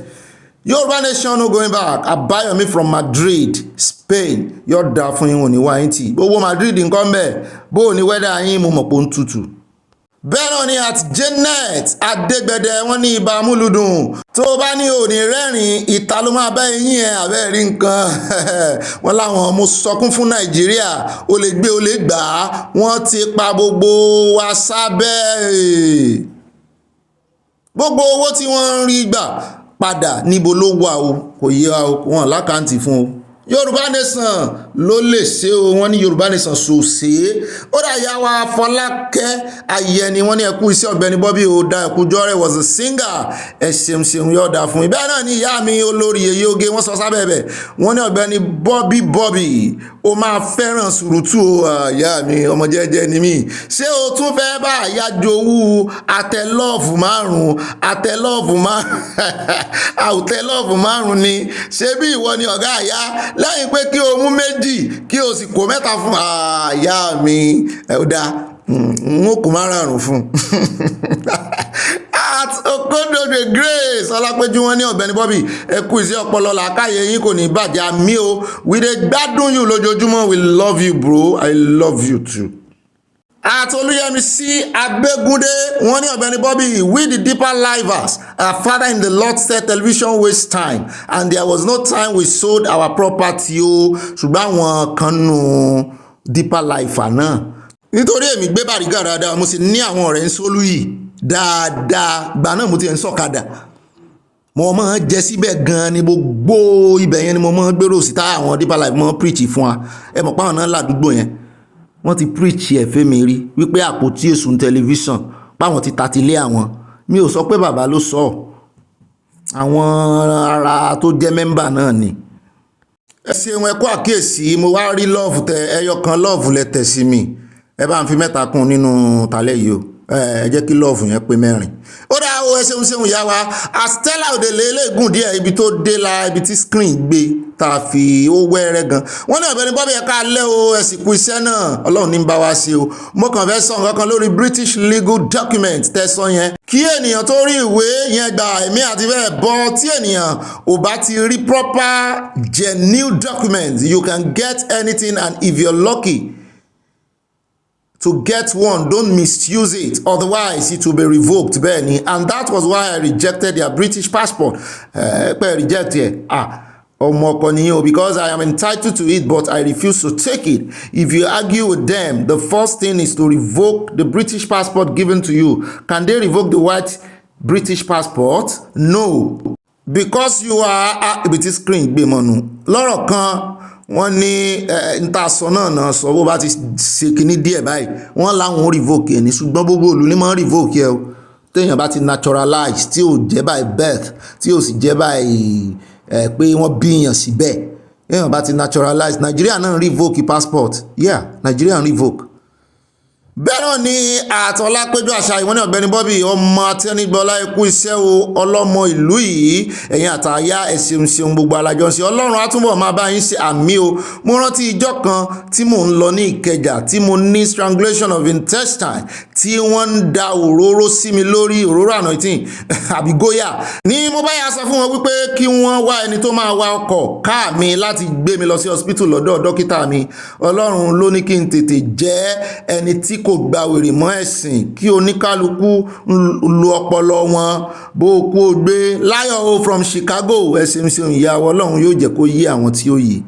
àti ìyàwó mẹ́bẹ̀rẹ̀ lákínbọ̀bọ̀ láwọn ní ẹkú sí Ọ̀gbẹ́ni Bobby o ibà rìn gínigíní is really bad. Christians condemning each other is bad. We should allow God to judge. Most of the pastors like Pastor Adeboye encourage people to go for medical checkup and for treatment. Why all the condemnation by Christians? Muslims will not condemn each other. Emefiele má jìyà láti ayé dé ọ̀run. Christian náà lè Emefiele o ẹ mọ́ condemn ẹ o Christian ló náà o ẹ ti ní àmọ́ condemn èèyàn ká mọ́ judge o. Emefiele máa jìyà láti ayé dé ọ̀run nítorí àwa opó àti aláìní bàbá àti ọmọ òrukàn gbogbo tó ń fi ìyà jẹ. God will allow God's will to be done. Amen. ọ̀rọ̀ yín yé mi ìyá wa ṣùgbọ́n ṣé ẹ rí tí pásítọ̀ kan bá ṣe àṣemọ́sí gẹ́gẹ́ bí bá a ṣe gbé nù ìwé ìròyìn lónìí ọkọ àtìyàwó ilé ayé ìná ti máa jọ́ọ̀jì wọn torí Ọlọ́run gan fọwọ́ sí òfin Ọlọ́run nìkan mọ́ jọ́ọ̀jì bọ́lọ́run ló sọ wípé kí a tẹríba fún àwọn olórí òfin wà Ọlọ́run fọwọ́ sófin ó gbé òfin 10 lé Mósè lọ́wọ́ ibi tó ti ní ká má judge ni pé ká má condemn èèyàn condemn ṣùgbọ́n kò ní ká mọ́ bára wa wí. In fact ó ní a brotherly chastisement náà sì pé nù a brotherly chastisement bá a bá sọ̀rọ̀ sí pásítọ̀ ara àbáwí ni condemn ara àbáwí ni kóníkálùkù túnbẹ̀ sí ni èèyàn kan lọ́lọ́run ó lò tí ó fi bá èèyàn kan náà wí ṣùgbọ́n àní kọ́ndẹ́ẹ̀mù tó rọ́lọ́run ò kọ́ndẹ́ẹ̀mù àwa náà ẹ ṣe ìyá wa yóò dáa fún ìwọ̀n níwá yín tí o. àti ìyá mi dáadáa mo rún wọn débọ̀ wọ́n ní Ọ̀gbẹ́ni Bobby mi Lanre Tẹríba ti máa kọ́ ilé yẹn ti pẹ́ o bí mo ṣe rò ó náà kò kéré nínú ayé. bẹ́ẹ̀ náà ni Adétayọ̀ Adégẹyè wọ́n ní Ọ̀gbẹ́ni Bobby mo kí yín o àti àyá gbogbo nǹkan tí bàbá Tinubu ń ṣe kò yé Olódùmarè yóò lo ìjà bàbá àti àwọn ará Àrẹwà láti gba orílẹ̀-èdè Yorùbá fún wa o Yorùbá yóò dé ìlérí ilẹ̀ ìlérí o àmì àṣẹ lágbára Olódùmarè from Adétayọ̀ Adégẹyè Newark New Jersey USA ẹ̀sìn ṣe yọ̀ọ̀dà fún yín. bẹ́ẹ̀ náà ni at Sunny Smiles wọ́n ní Sunny Smiles Ọ̀gbẹ́ni Bobby Pastor Tobi should not be deported to Nigeria because he will come and complicate the Nigerian problems more. It is better they send him to jail over there and confiscate his assets. The pastor was bragging upon all dirty allegations against him. Allegations ni ẹbílẹ̀ ẹjọ́ bá ti dá lẹ́jọ́ kò ní nǹkan kan wọ́n ti lọ síbi tó yẹ kó lọ wọ́n bá sì ní ó padà Nàìjíríà ilé bàbá ọmọ kì í mọ̀ ọmọ lẹ́rù. kí lẹ wá ń bẹ̀rù fún láti gbàlejò rẹ̀ àlejò ńlá lẹ fẹ́ gbà nǹkan lọ́mọdé àgbàlejò ọ̀ràn ó dáa ní ìrìjò báyìí lọ́nà abala kọ́mẹ́sì ẹ̀sán ẹja padà sọ́dọ̀ ọ̀gá mi Ọ̀gbẹ́ni Bobby kan gbé wa débẹ̀ tààrà ẹ̀ mọ̀ bá ń kálọ̀. ó dá o ẹ káàbọ̀ padà o adúpẹ́ lọ́wọ́ Ọlọ́run inú mi ti rọ̀ ṣé dáadáa lẹ́dẹ́ ó ti ń retí mo dẹ̀ ti yá mísì irú kí gbogbo eléyìí gan ìwọ Ọlọ́run ìfẹ́ tó fi sáàrin mi àti àwọn olólùfẹ́ mi ìfẹ́ yìí ó ti ń di ìfẹ́ mọ́sùmọ́tọ̀ o tí n bá rí wọn ò ní lè sùn wọn ò ní lè wo ó dáa ẹ káàbọ̀ padà sálàfíà lẹ́dẹ́ ẹ jókòó déédéé ẹ jókòó dáadáa èmi lọ pọ́n súnkàn báyìí àádọ́wẹ́kẹ̀ débi tá ń lọ ni o ẹ mọ́ rojo ẹ mọ́ lejo ogbó ẹni tí ọ̀rọ̀ mi tó bá lákìyẹmí ara tàbí tó jẹ́ pé ó ṣe bákan lára yín ẹ mọ́ bínú ìyá wa ní gbogbo yín bàbá wa náà ní yín n ò lè rìn yín fi àwọn ò tó bẹ́ẹ̀ n ò tó bẹ́ẹ̀ kí n rìn yín fi ṣùgbọ́n òótọ́ ọ̀rọ̀ ìmọ̀ korò ni. ó dáa ní pápá àpẹja wá ṣe justice ẹ wá nǹkan mímu ẹ̀yin náà ti ń bínú ẹ má bínú jẹ́ ó ti mọ́ rí lára nu jàre bàbá ti sòtọ́ ọ̀rọ̀ fúnra wa ó dá ẹ wá nǹkan mímu kẹfì rẹ̀ ń gbẹ kọkàn yín balẹ̀ kẹ ẹ wá nǹkan tẹ́ fi sọ̀rọ̀ àjìjà náà tẹ́ mọ̀ fi panu káwa mọ̀ gbéra wa débẹ̀ sẹ́rí pé ìròyìn ti wá ń bì ẹ̀yin tẹ̀sẹ̀ jọyìn wá bá a ṣe mọ́ ṣe ń bí rèé o torí ọmọ ìyá ń lẹ́nu pé ìwọ ọbọ̀ yìí sóun act ni sóun ṣe múfì ni ó jù bẹ́ẹ̀ lọ ó tó bẹ́ẹ̀ ó jù bẹ́ẹ̀ lọ ó rà báyìí ọmọ bá pín kókalẹ̀ kókakó kí wọ́n á mọ̀ rìn gìnìgìnì gànìgànì ní kọ̀ọ̀kan èjèèjì aláàgọ́ mẹ́ta kọ̀ mójútó ẹjẹ́ àdé ilé ìgbìmọ̀ asòfin tá a ti bẹ̀rẹ̀ ní ẹ̀ẹ̀kan náà ibẹ̀ la padà sí níbi tá a ti gbọ́ pé nílé ìgbìmọ̀ asòfin wọ́n dúró ìṣẹ́jú kan fún àwọn èèyàn tuntun tí wọ́n ṣẹ̀ pa ó dà pé wọ́n ní 18 ní ìpínlẹ̀ Benue àti ọ̀pọ̀lọpọ̀ àwọn tí Fulani herdsmen ti pa sẹ́yìn káàkiri Nàìjíríà gbogbo àwọn tán dúró fún kì í ṣe olè ló pa wọ́n o kì í ṣe agbésùmọ̀mí ló pa wọ́n o kì í ṣe tẹ́rọ́rìsì ló pa wọ́n o Fulani herdsmen.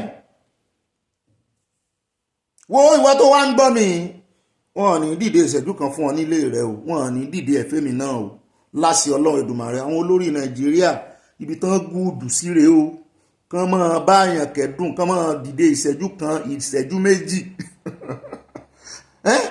bá a bá ka wo ìṣẹ́jú tán ti fi dìde fáwọn èèyàn báyìí tán sì ní wá justice wọn ò ní wá justice fún wọn lẹ́yìn kí wọ́n tún ní láàrin ọ̀sẹ̀ bíi mélòó kan látún gbọ́ pé gbogbo àwọn irú àwọn ilé ìtàn pààyàn ní Benue ní ìsìn wọ́n tún ní wọ́n ṣe restitution fún wọn wọ́n gbà wọ́n padà sáàrin ìlú wọ́n ti ronú pìwàdà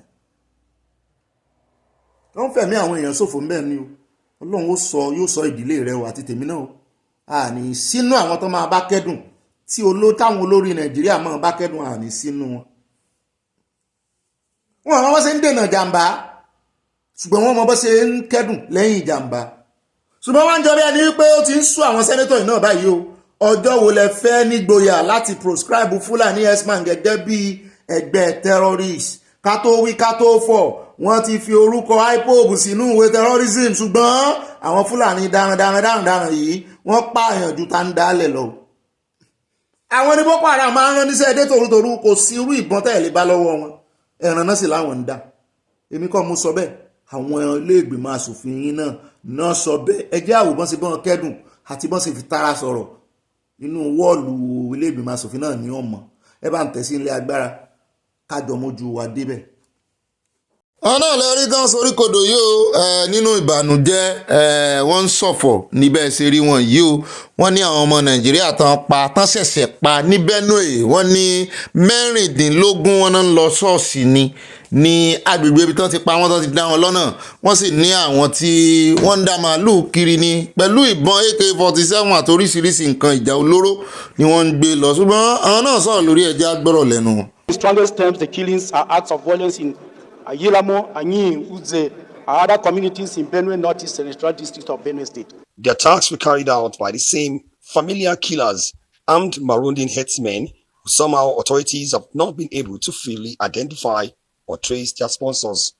The new dimension that has been added to this situation is the fact that these herdsmen don't just come to rear their cattle, they just come, kill, maim, and go away.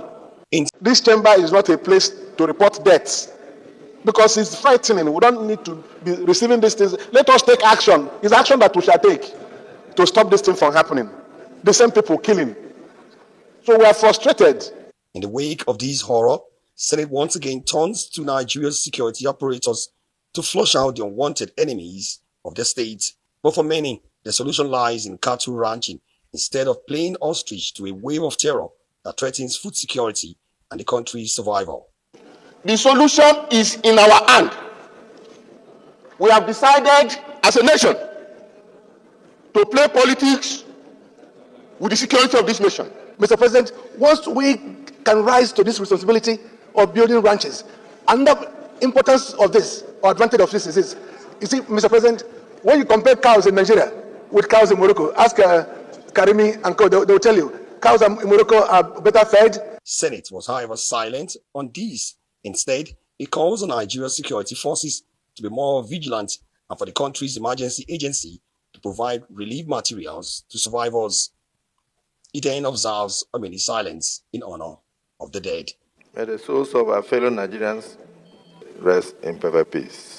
ó dá ọjọ́ kan yóò kan àwọn iná torí bí ò bá ti kàn wọ́n wọ́n ní ìmọ̀ lọ́rùn yóò kàn wọ́n yóò kan ẹbí wọn lọ́rọ̀ kan gbogbo àwọn tó sọ̀rọ̀ a rí kan tó fẹ́ jọ bí haúsá ṣùgbọ́n èèbó ẹnu rẹ̀ gan ó fi hàn wípé ara kì í ṣe haúsá Benue ló ti wá ṣùgbọ́n àwọn haúsá gangan tí wọ́n ń pariwo màálù lọ́jọ́ sí ẹ rí i pé wọ́n sọ nǹkan kan pàápàá jùlọ eléyìí tó ń pè ní ningin tó sọ wípé kí ó fẹ́ nìkan mọ́ fún àwọn màálù ní ìwé ìrìnnà ní passport tó láwọn ò ní gbà ẹ ti rí ó jókòó wọ́n sójú rẹ̀ lẹ́ẹ̀kan kò sọ nǹkan kan pa ẹ̀ kò mẹ́nu já kò dìde àwọn haúsá yẹn ò dìde nígbà tó wọ́n ti mọ̀ pé àwọn èyí kan wọn ni àwọn aráalé wọn ni àwọn fámílì kì wọn ni kò sọ nǹkan kan lórí ọ̀rọ̀ àwọn Fúlàní tó ń pààyàn kiri ìlú Karawa tó dé yìí náà wọ́n ní wọ́n ń dẹran ara wọ́n ń dẹran kiri tó fi ń pààyàn o.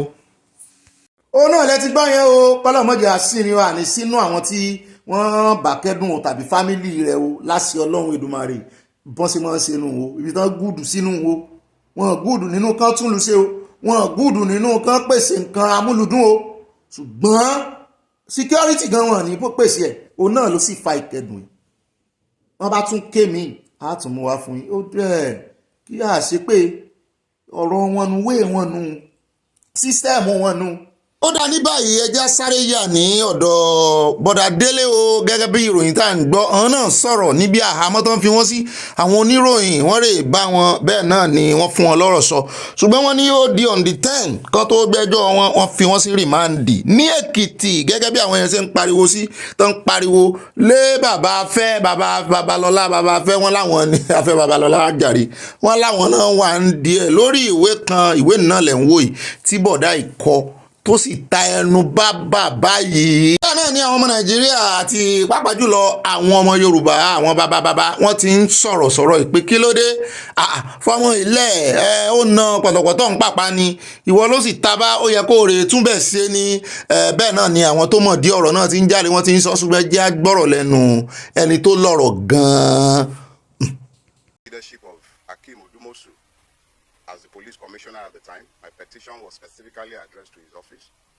He is today of the Lagos State Park Services.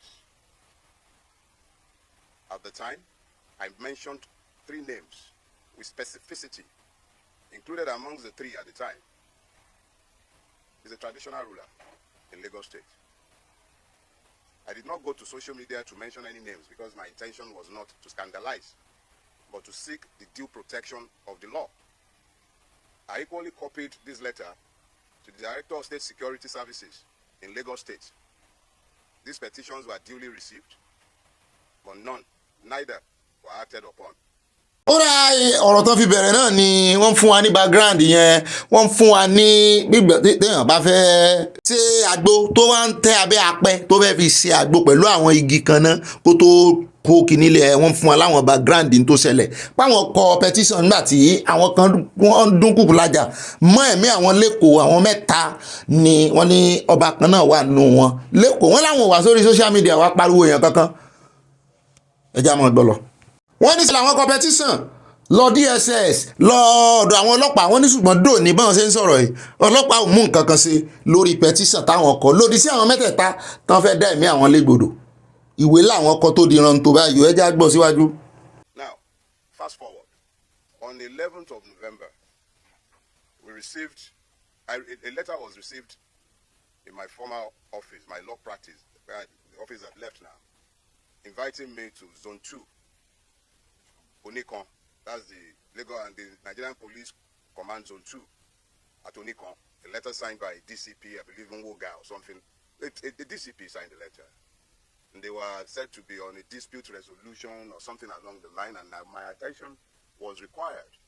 I received that letter on Monday the 11th, right? Yes, Monday the 11th. And I was required to come on Wednesday the 13th. ẹ jọ̀ọ́ ẹ gbà mí láàyè kí n ṣe atótónu fún ẹ̀gbọ́n yìí ní Yorùbá wọn ò ní disappoint yín ẹ jọ̀ọ́ torí time àti wípé òyìnbó kọ́ là ń sọ lórí bí òyìnbó náà sọ wọn ò ní fi kún wọn ò ní yọ̀kan kó ń bẹ̀ wọ́n ní on the 11 ní zone 2 lẹ́kọ̀ọ́ ìyẹn police station jurisdiction àwọn agbègbè àwọn tó ń ṣàkóso ibi tí àwọn lọ́fíìsì sí náà kọ lẹ́tà sáwọn wípé kàn wá o wá nítorí kíni àwọn sì ní ibi tó yẹ kàn lọ lórí ọ̀rọ̀ ìlera àwọn council ẹ̀ náà bá gbàbẹ̀ lọ́nà bá ní wọ́n sì sọ fáwọn káwọn tó lọ wípé fẹ́ bọ́n parí ìjà kan ní nǹkan kan pé èèyàn kan fi ẹ̀sùn ó fi kàn wọ́n táwa ni ó ní kò yẹ lẹ́yìn Olúmèlú tó ní UBA wọ́n ní ọ̀rẹ́ ààrẹ ni tí a sì mọ̀ pa sọ̀rọ̀ lórí ẹ̀ náà wípé fẹ́ẹ́ dàpọ̀ òun náà ti sọ́ta ni kó sọ́ra rẹ̀ torí Olúmèlú gan kọ́ ló wá fọlọ́pàá gbé wọn ìyẹn invite wọn ni wọ́n sì sọ wọn resolute dáadáa wọ́n ní bẹ́ẹ̀ náà ni ti bàbá Afẹ́ Babalọ́lá lẹ́tà wọn náà wà ń bẹ̀ wọ́n ní sì ní wọ́n tiẹ̀ fẹ́ dìlé àwọn lọ́jọ́ náà wọ́n ní kán lọ gba béèlì àwọn náà wá ní àwọn lọ́ọ̀yà ń táwọn ṣe kì í ṣe criminal case kò bá ọ̀rọ̀ ẹjọ́ béèlì lọ àwọn òní tẹ́ ń kọ́bọ̀ wọ́n ní ọ̀gá wọn sì pé àwọn sí ọ́fíìsì ó sì ṣàlàyé pé àṣà ẹ̀mọ arákùnrin ní ó dá báyìí kásà báyìí káwòdì owó tí ẹ mọ̀ wípé lọ́ọ̀yà tí ó ń ṣe aṣojú bàbá Afẹ́ Babalọ́lá náà wà níjókòó ìgbà tán pa àwọn sọ́fíìsì ló ń bá rí lọ́dẹ ṣé gbogbo ń tẹ́ ẹ pé ń fún lélẹ́yìí ṣé torí ọ̀rọ̀ ẹni tó wá jíṣẹ́ wọ́n ní bàbá rán ní níṣẹ́ irú àmọ́ fi tọmọ jẹ́ lẹ́sẹ̀ ní ẹ̀ẹ́dìlé òun ọ̀gá sáà dá sí wọ́n sáà yanjú ẹ̀ bínú ṣe bí àwọn tó fi ẹ̀rọ wẹ̀lẹ̀ gba ti ọ̀gá ọlọ́pàá yẹn sì lọ lé pé ibi tán fọ̀rọ̀ sínú àfi bó ṣe di ọjọ́ tí wọ́n ya wọ ọ́fíìsì àwọn tán sì wà mú àwọn wọ́n ti wà ní kinní báyìí o inú ibi tán wà inú àhámọ́ náà ni wọ́n ti ń sọ̀rọ̀ yìí o ṣùgbọ́n wọ́n ní ó di until 10 kó tó di pé wọ́n tú wọn lẹ̀ àwọn èèyàn náà ti sọ̀rọ̀ rẹpẹtẹ bẹ́ẹ̀ náà ni àwọn adájọ́ àwọn agbẹjọ́rò tọ́jọ́ wà nù sẹ́kàn náà sọ̀rọ̀ àbùkù sí bàbá Afẹ́ pé kí ló dé pé béèyàn bá tiẹ̀ lágbára ìwọ̀nba lèèyàn máa fi agbára rẹ̀ yan ọmọ kékeré jẹ pé bí èèyàn jẹ lélẹ́yìí àti wípé bẹ́ẹ̀ bá tiẹ̀ wá ṣe kéèsì personally ló yẹ kẹ́ ẹ ṣe kéèsì ẹ lè máa lo ẹ̀ka àjọba tó jẹ́ tọlọ́pàá tágbófinró kẹ́ wá máa fi ruga sí kanú àwọn ọmọ pé kéèsì yìí ẹ bá fà á ẹ bá mọ̀ pé kíní pé ẹ rántí ibi tẹ́ ti ń bọ̀ pé ara ibi tẹ́ ti ń bọ̀ náà ni ẹni tẹ́ ń bá fa ìwà pé bó wá jẹ́ kéèsì ni fúnra yín personally bí orin root P-Square wọ́n ní kẹ́ẹ̀jọ fèsì ara yín ẹ mọ̀ wá dúró pé bóyá ìjọba ló ń bá arákùnrin jẹ́ wọ́n wá sọ wọ́n ní nǹkan kan tó tiẹ̀ wá bàjá ò jẹ́ tápá ẹ̀ fi gùn ju tán lọ ni wípé nígbà tí wọ́n máa débẹ̀ pé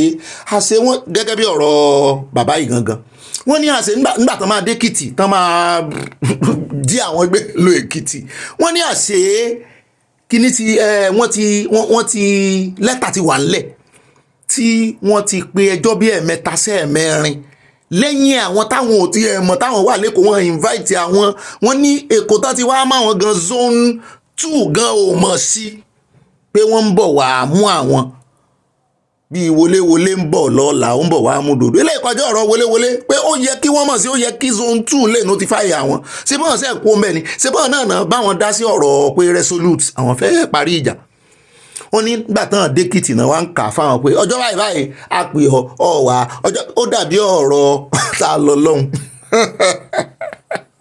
wọ́n ti ṣẹjọ́ bíi mẹ́ta lẹ́yìn rẹ̀ náà wá issue warrant arrest bẹ́ẹ̀ náà làwọn lọ́ọ̀yà ń sọ pé bó tiẹ̀ issue warrant arrest jù bẹ́ẹ̀ lọ náà wọ́n ló yẹ kán mú dé zone D tán bá mú dé zone D tán wọ́n wàá gba kóòtù lọ lẹ́kọ̀ọ́ kí kóòtù Èkó tó wá ní wọ́n ló sì lójú kóòtù tó lè gba ẹjọ́ yẹn kì í ṣe rú magistrate wọ́n ní kóòtù ni ó wà ní ó dá o àgbà warrant arrest yìí wọlé ẹ lè mọ́ mú lọ wọ́n ní gbogbo bọ́n ṣe mú àwọn wọ́n ní kò yẹ lẹ́yìn pé wọ́n jí èèyàn gbé wọ́n ní ṣùgbọ́n lákọ̀ làwọn wà o àwọn ò bẹ̀rù èèyàn kan ìbá àti lóókọ tipẹ́ ìbá àti wà wájú pé ibìkan náà ló ti bẹ̀rẹ̀ abájọ tí Bíbélì sọ wípé mọ́ rántí ìgbà tí o ò tí jí èèyàn remember the day of your humbleness tí Bíbélì sọnù ó ń jọ bí ẹni pé bàbá ti gbàgbé àwọn ọmọ Yorùbá sì ń sọ̀rọ̀ àwọn ò ní sọ̀rọ̀ sí bàbá ń bàbá o nítorí àwa náà àkàn pàkíyèsí wọn sí ni wípé dẹ́dẹ́ mìíràn wọ̀ ọ́ èèyàn bá dàgbà èèyàn máa yọ ogun jà ní ṣùgbọ́n wọ́n lóde on the 10 kan tó ṣẹjọ́ yìí adéka mú update wá fún yín ní àfẹ́pẹ́ lórí ẹ̀. Scheduled for that day. I did not argue. I became aware that some men purporting to be policemen from the Ekiti State Police Command were in Lagos on a mission to abduct me.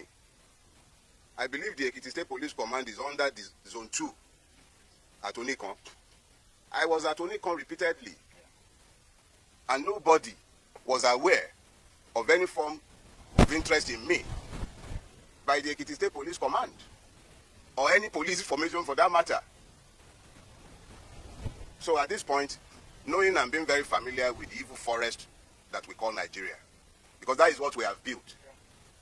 So living in this evil forest, it became particularly clear that I must be very careful with my movement.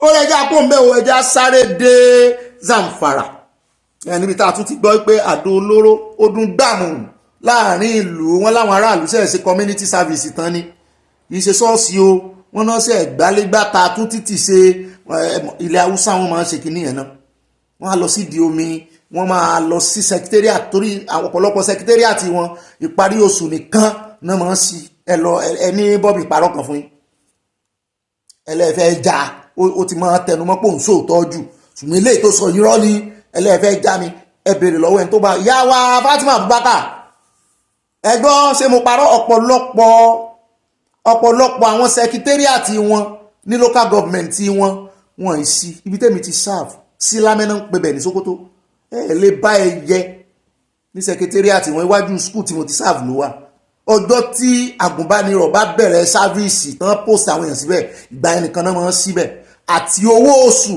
àwa là ń bá wọn dọ̀sí eruku lọ́jọ́ tá a lọ kí iṣẹ́ àmà wọn torí tiwa ló ṣe wá kò sí lùlù yẹn gan tán bá fẹ́ gbowó oṣù nìkan náà máa gbé sáàkì náà sì fi máa gbé wá láti wá fi sanwó oṣù.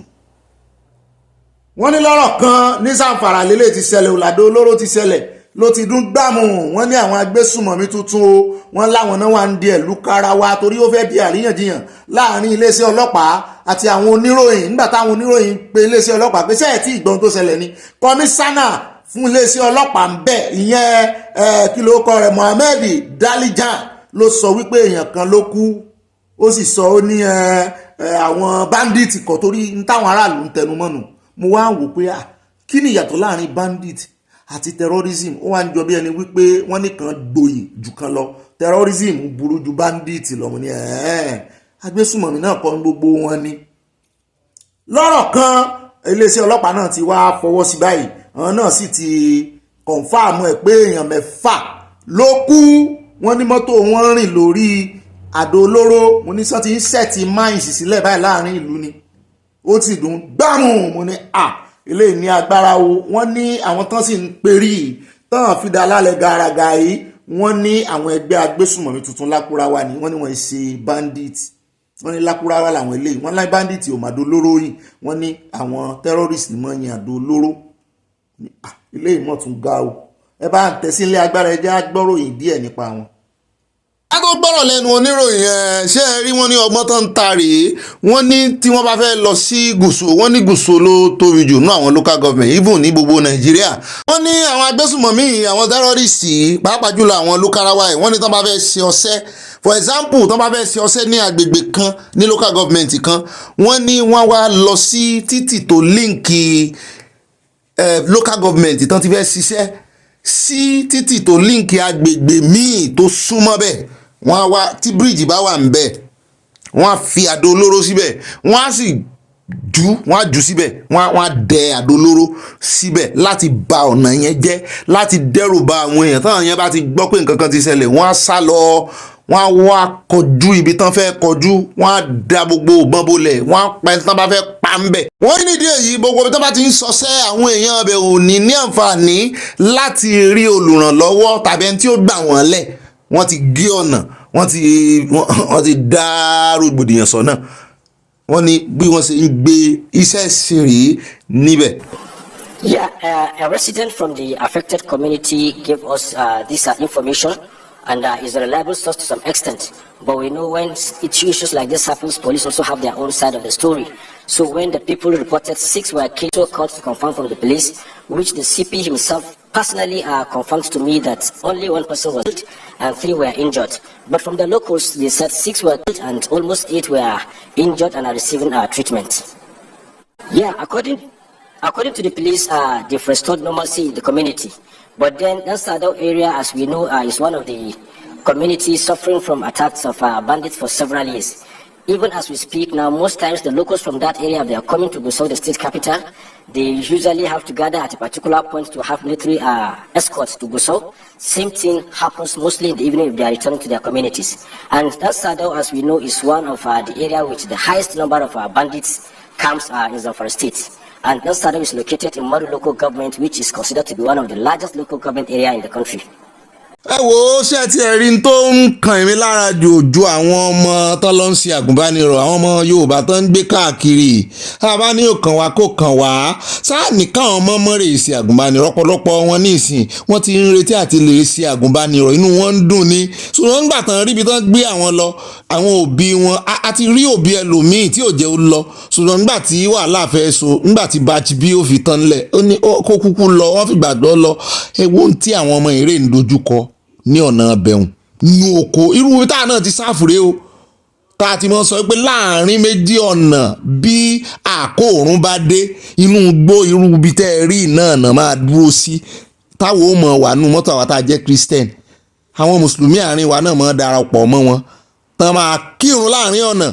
Èmi ò sọ wípé ó burú o, ṣùgbọ́n tí mò ń sọ ni wípé inú aginjù náà ń gbé àwọn ọmọ yìí lọ. Níbi tẹ́ ẹgbọ́ oníròyìn tó gbé báyìí, ó ní àwọn àmì wọ́n máa dóde àwọn àmì níbì kan láti escort wọn wọ inú ìlú lọ. Bó bá sì gbowó ńgbà náà kò sí báńkì ń bẹ, ó rè inú ìlú rè gba ìwọ̀nba owó tán bá fún ọ ni. Ojú àwọn ọmọ yìí rí o.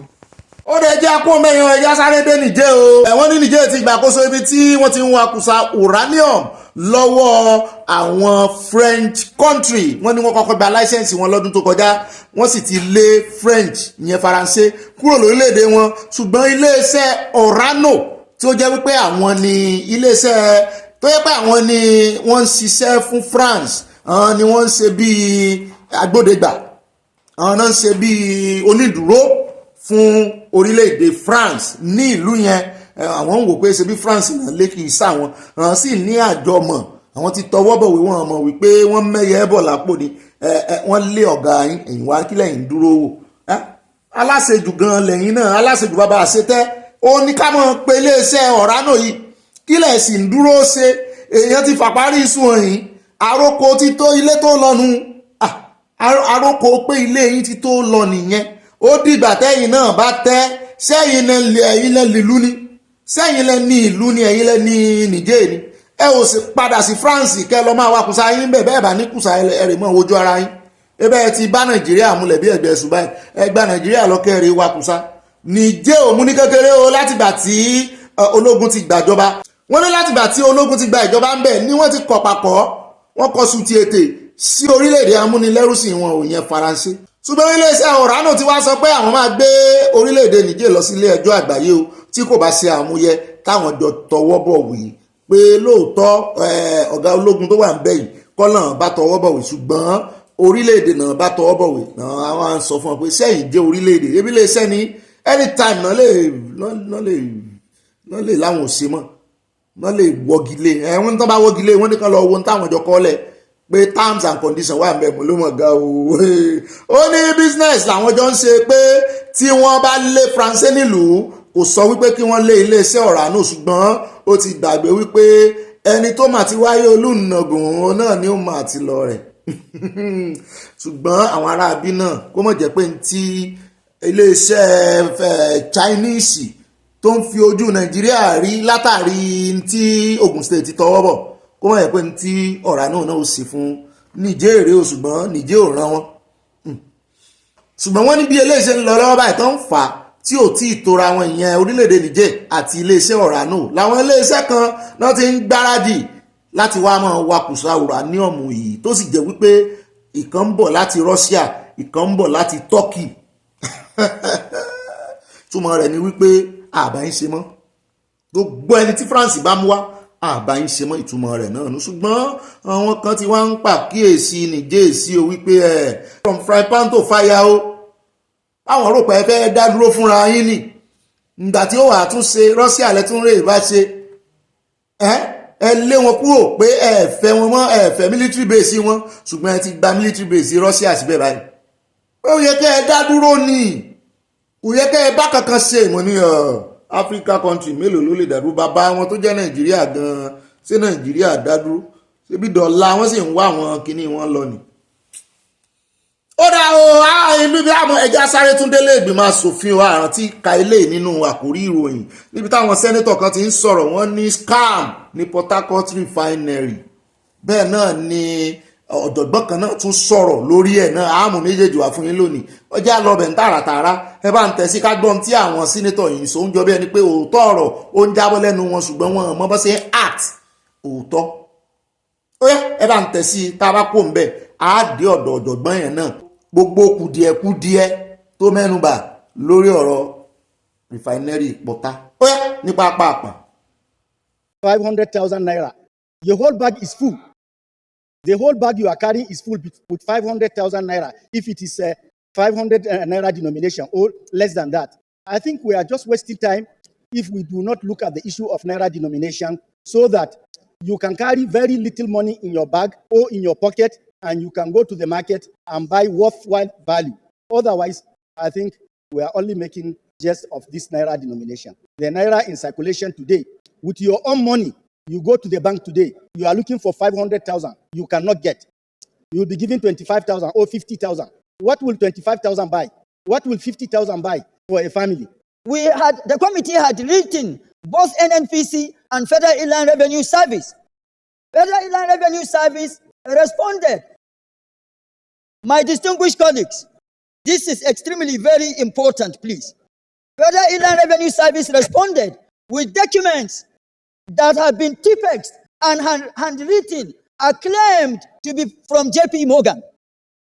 This is extremely unacceptable, and all efforts for the needful to be done haven't been achieved. We've done all efforts. That is why Senator Abdul Lingi said what he said. And on Port Harcourt Refinery, our colleagues were there. They saw what they saw. But the question I have, from the day NNPC said Port Harcourt Refinery has commenced operation, how many trucks have been able to lift products from Port Harcourt Refinery? Mr. President, distinguished colleagues, technically I have this Senate to know about Port Harcourt Refinery.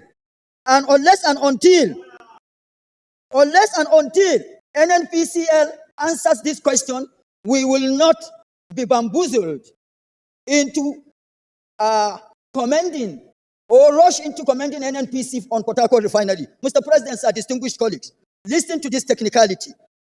A 60-kilometer distribution pipeline from Boni Terminal to PH1, that is Port Harcourt 1, that should supply crude oil to the refinery is not operational because of the leaks and vandalizations. So if you have been barging crude in 5K barrels, barges and evidence does not suggest there is actual supplies of feedstock, where are you delivering the crude to for the frivolous claim of a refinery? Unless, and of course, the OFSEC Run 94 that is dross and heavy in sulfur landed at Okirikajeti and was sent to Port Harcourt 1 for curing with naphtha condensates. This is the time for the National Assembly leadership on downstream to step in and compel the NMDPRA and Standard Organization of Nigeria to organize a third-party lobbying roundtable for verification of the octane rating and sulfur level of the so-called products trucked out to ensure it complies with AFRI 5 framework. So, technically, what obtains in just a minute. We just finished commending the government. We applauded the president. We applauded NMPC. Now you are commending the government. You are putting a spanner. No, I'm not putting a spanner. But what I'm saying, what you are saying, yes, is that there's no evidence of crude supply to the refinery. So how could they have refined product that they never received? You are also saying that we should go ahead to investigate whether indeed there is actually production going on there. I think these are very serious. Senator Ninge, these are very serious allegations and serious observations. So I would like the chairman, petroleum upstream, midstream and downstream should investigate this. Midstream and chairman gas. No, okay, no midstream here. Chairman gas, downstream, and chairman gas. I think we must look into this, or maybe after we are through with the MTEP, we rediscuss it in closed session in case we have to set up ad hoc committee to immediately move to Port Harcourt. It's very and important. Come back and report to the Senate, because some of the things you are saying are worrisome. Okay, me now. But you have 10 seconds to conclude. Mr. President, let me not be misunderstood. There is nothing wrong in commending the government for Port Harcourt to be back on the stream. But Port Harcourt being back on the stream, what obtains? Is A standing for A and B standing for B? It is the technicality now we're talking about, so that we don't run for 1 month, 2 months, and then stories come up. òtítọ́ kan fẹ́ jáde mẹ́yẹn rí wípé Akpabio ó sáré court yẹ ìgbà tó wá rí wípé ẹni tó ń fẹ́ court yẹn lágídí ó wá sáré ṣe bí ẹni tó fẹ́ gbèsè lẹ́yìn ó sáré fẹ́ wá ojútùú sí i wípé kàn gbé ìgbìmọ̀ kan kalẹ̀ kàn ṣe kinní kan kí ló dé tó ò ṣe fún láàyè kò sọ̀rọ̀ lẹ́yìn ìgbà náà ó lòun fún 10 seconds ohun tí arákùnrin yẹn sọ ní gbogbo òyìnbó rẹ̀ náà ni wípé ńgbà tí NNPC ní Port Harcourt Refinery tán ní àwọn ti bẹ̀rẹ̀ ẹsẹ̀ padà tó sì jẹ́ wípé nínú àwọn ìṣòro tí wọ́n ti kọránṣẹ́ sílé ìgbìmọ̀ asòfin páwọn ní wípé páìpù tí ń gbé epo tán fi ń ṣiṣẹ́ ń bẹ̀rùn wípé ó ti bàjẹ́ tán sì tí ìtúnṣe lẹ́nu ọjọ́ mẹ́ta iná kọ́ ó pé kí bóun náà ṣe wá bẹ̀rẹ̀ ẹ̀ṣẹ̀ bóun náà ṣe ń gbépo àti wípé wọ́n ní láti gbé ìgbìmọ̀ tí ó wá ìdí kalẹ̀ torí wọ́n ní NNPC náà ló fẹnu ara wọn sọ fáwọn wípé àwọn ò ní àwọn ohun èlò táwọn fi máa yẹ epo wò bó ṣe dáa tó Dangote ní tiẹ̀ ṣùgbọ́n ẹ̀yin ò ní a sì gbọ́ pé ń blend sulfur mọ́ octane mọ́ gbogbo ẹ̀ bó o lè léyìí tí wọ́n bá tírélà mélòó mẹ́rin tán náà tẹ́ ẹ ṣe tẹ́ ẹ fi ń jó tẹ́ ẹ fi ń yọ̀ tẹ́ ẹ fi gbàlù tẹ́ ẹ lẹ́ẹ̀ ti bẹ̀rẹ̀ iṣẹ́ tí ò sì ṣiṣẹ́ mọ́ bó o lẹ ṣe mọ̀ pé epo gidi ni. Apart from the technical aspect, which I've also talked about, is the issue of accountability, transparency. NNPC, from the time immemorial, has been run as a company that really has no honor. everybody does whatever he likes and he got away. Opaque. Largely non-transparent. Non-transparent. And it has not changed because I remember. Now, even under Mele Kyari. It hasn't changed because I remember that I did carry out a study on behalf of 90. And when I visited those refineries, I discovered that there were no meters. The trucks you see loading, they were hand dipped, there's no meter from the refinery feeding the loading bay that you can now say end of the day you now do accounting of how much have we pumped out of the refinery. There were no meters from the crude oil coming into the refineries. So it was just a situation where anything goes. Yeah. So then you can see now that the rescue, that even the lie that they are telling Nigerians about the 60 that old refinery working, the rescue came from Indorama, isn't it? Which is a private entity, and we can see the efficiency that's coming from Dangote. What does that tell us? Is that government should hand over, this business. Government has no business in doing business. So at the bottom of all the things you are talking about, believe me, it's not the issue. It's not the technical competence that we don't have. $1.5 billion US. Dollars has been gone. Exactly. Let me shock you just for a moment, and let me tell all Nigerians. Let me tell this is shocking actually, and I've had the knowledge of this, and I think the Nigerian government. And those who are part of that meeting should come clean and tell Nigerians the very real fact. There was a meeting which I'm privy for those who attended that meeting. It was a National Executive Council and Economic Council meeting, which is usually chaired by the Vice President. There was a committee set up and led by one of the governors. Yes. That committee is supposed to probe what was going on within the Nigerian oil and gas value chain. Yes. And they made far-reaching discovery. In that discovery, they were supposed to make the presentation to NEC. Yes. And those presentations were made to NEC. And was this part of what you said was that there were no metering system. Exactly. To be able to determine what goes in and out of the refineries or out of Nigeria, the crude and all what have you. Guess what, Engineer Yabagi-Sani? The sad news is that report that has been produced has been shut down. Yes. It has not been made public. Yes. I have a leaked version of that report. Yes. Maybe I will be able to put it out to the public in Nigeria for Nigerians to know the rot that is going on in the petroleum sector. Nigeria is bleeding. It is sad what is happening in this country, in the oil and gas sector. àwa ti sọ ọ̀pọ̀lọpọ̀ ọmọ nàìjíríà náà ti sọ wípé bọ́ọ̀ bá tójú bọ NNPC ajé nàìjíríà ò lè rí kó o yóò mọ polúkú musu sí ni ntọ́sí mú ààrẹ Tinubu kó dákẹ́ kan gbẹ́nu dákẹ́ tí wọ́n ń wòran lórí ọ̀rọ̀ Mele Kyari àwọn yúùtù jáde wọ́n làwọn ò fẹ́ mọ́ àwọn ajàfẹ́tọ̀ọmọnìyàn jáde wọ́n làwọn ò fẹ́ mọ́ àwọn ọmọ nàìjíríà ń pariwo wọ́n làwọn ò fẹ́ mọ́ wọ́n ń wòran náà ni wọ́n sọ nǹkan kan bí olúndù kí ló dé òun lẹ̀ ń gbọ́n yẹn tíṣe náà lòun sì máa líìkì ẹ bá líìkì àwa náà líìkì ẹ àfọlẹ́ òrè líìkì ẹ àjọ túta ni ó lè ní ẹ kí ló dé gan-an kò sí metering system ìtumọ̀ rẹ̀ náà ni wípé nbí téèyàn ó ti lọ amọ̀mọ̀ràn tí water works ńgbà náà bá a bá rí ìpọnmi ó ní àwọn mítà kan láwọn inú ẹ̀rọ wọn gbàǹgbàǹgbà bẹ́ẹ̀ náà ni akati ẹ̀mọ́ fi ti water works ṣe bẹ́ẹ̀ bá lọ bòmí náà níbi tó ti mọ́ gbowó tẹ́ ẹ bá lọ pọn mi wọ́n ní àbúrò ajẹ́ bàṣẹ́à oníkele lọ pọn ó níye ìwọ̀n tí wọ́n fi wọ́n tán fi mọ̀ pé iye owó rẹ̀ rè ó wá jẹ́ kẹ́ẹ̀gì ló kó lọ ó níye tán gbà lọ́wọ́ rẹ̀ ó ní mítà ó yẹ kí mítà wá iye epo tí ń jáde rèé o iye epo tí ń wọlé rèé o wọ́n ní kò sí ń dọ́jọ́ wọ́n kàn ń bù ú bó ṣe wù wọ́n ni àwọn olè àwọn ẹ bá ń fún ọ ẹ bá ń sọ tinú yín ẹ bá ń sọ fún ọ nù comment section. NNPC, what has stopped Nigeria from probing NNPC?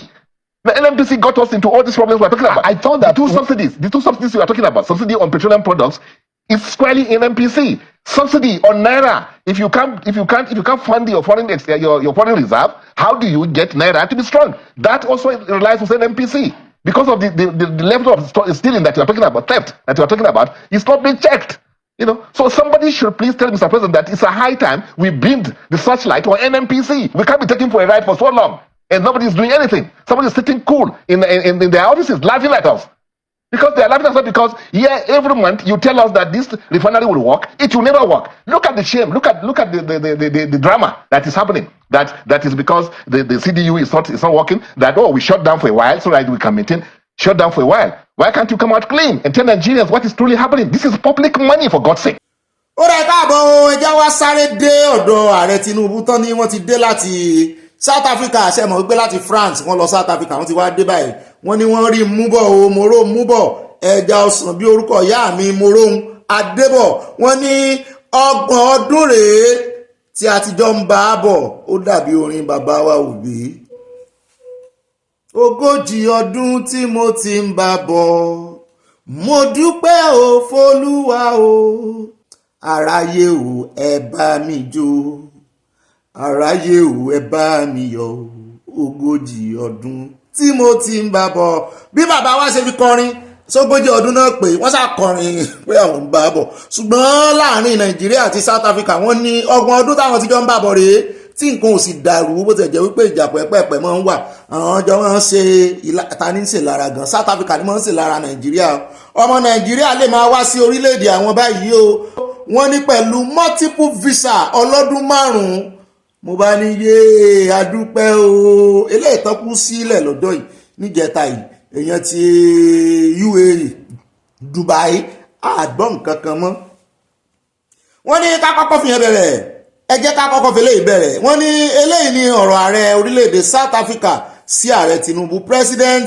Ramaphosa ìbí tẹ̀ kọ́ rò pé Samosa ni mo ní sẹ́ẹ̀bà ń wá Samosa kí mo fi pa President Ramaphosa orúkọ ẹ̀ náà jọ Samosa ń gúdù rẹ o ó ní àwọn ń retí kí àwọn olówó Nàìjíríà ní o kán wá dókòwò nílùú àwọn oníṣùgbọ́n àwọn ó ti fi pẹlẹbẹ mọ́ọ̀lẹ̀ jẹ àwọn ò mọ̀ fún àwọn èèyàn ní tourist visa ọlọ́dún 5 tí ó sì máa jẹ́ multiple entry mo ní ìyún náà dá o ṣùgbọ́n orí ìdókòwò gangan náà ń wá o ṣùgbọ́n ó ní ẹ gbọ́dọ̀ wà dókòwò kẹ́ kówó yín wá ní o mo ní eléyìí ò mọ̀ tó ń lọ ní Nàìjíríà níbi tá ààrẹ Tinubu fúnra rẹ̀ tó ti ń wá àwọn tí ó wà dókòwò ní Nàìjíríà ní ìwọ̀ tún ní káwọn ọmọ Nàìjíríà àwọn ọmọ dókòwò ní South Africa. Our efforts to create a favorable environment include our simplified visa process for Nigerian business people to travel to South Africa. Qualifying Nigerian business people can be granted a 5-year multiple entry visa. In addition, tourists from Nigeria are now able to apply for a visa without even submitting a passport.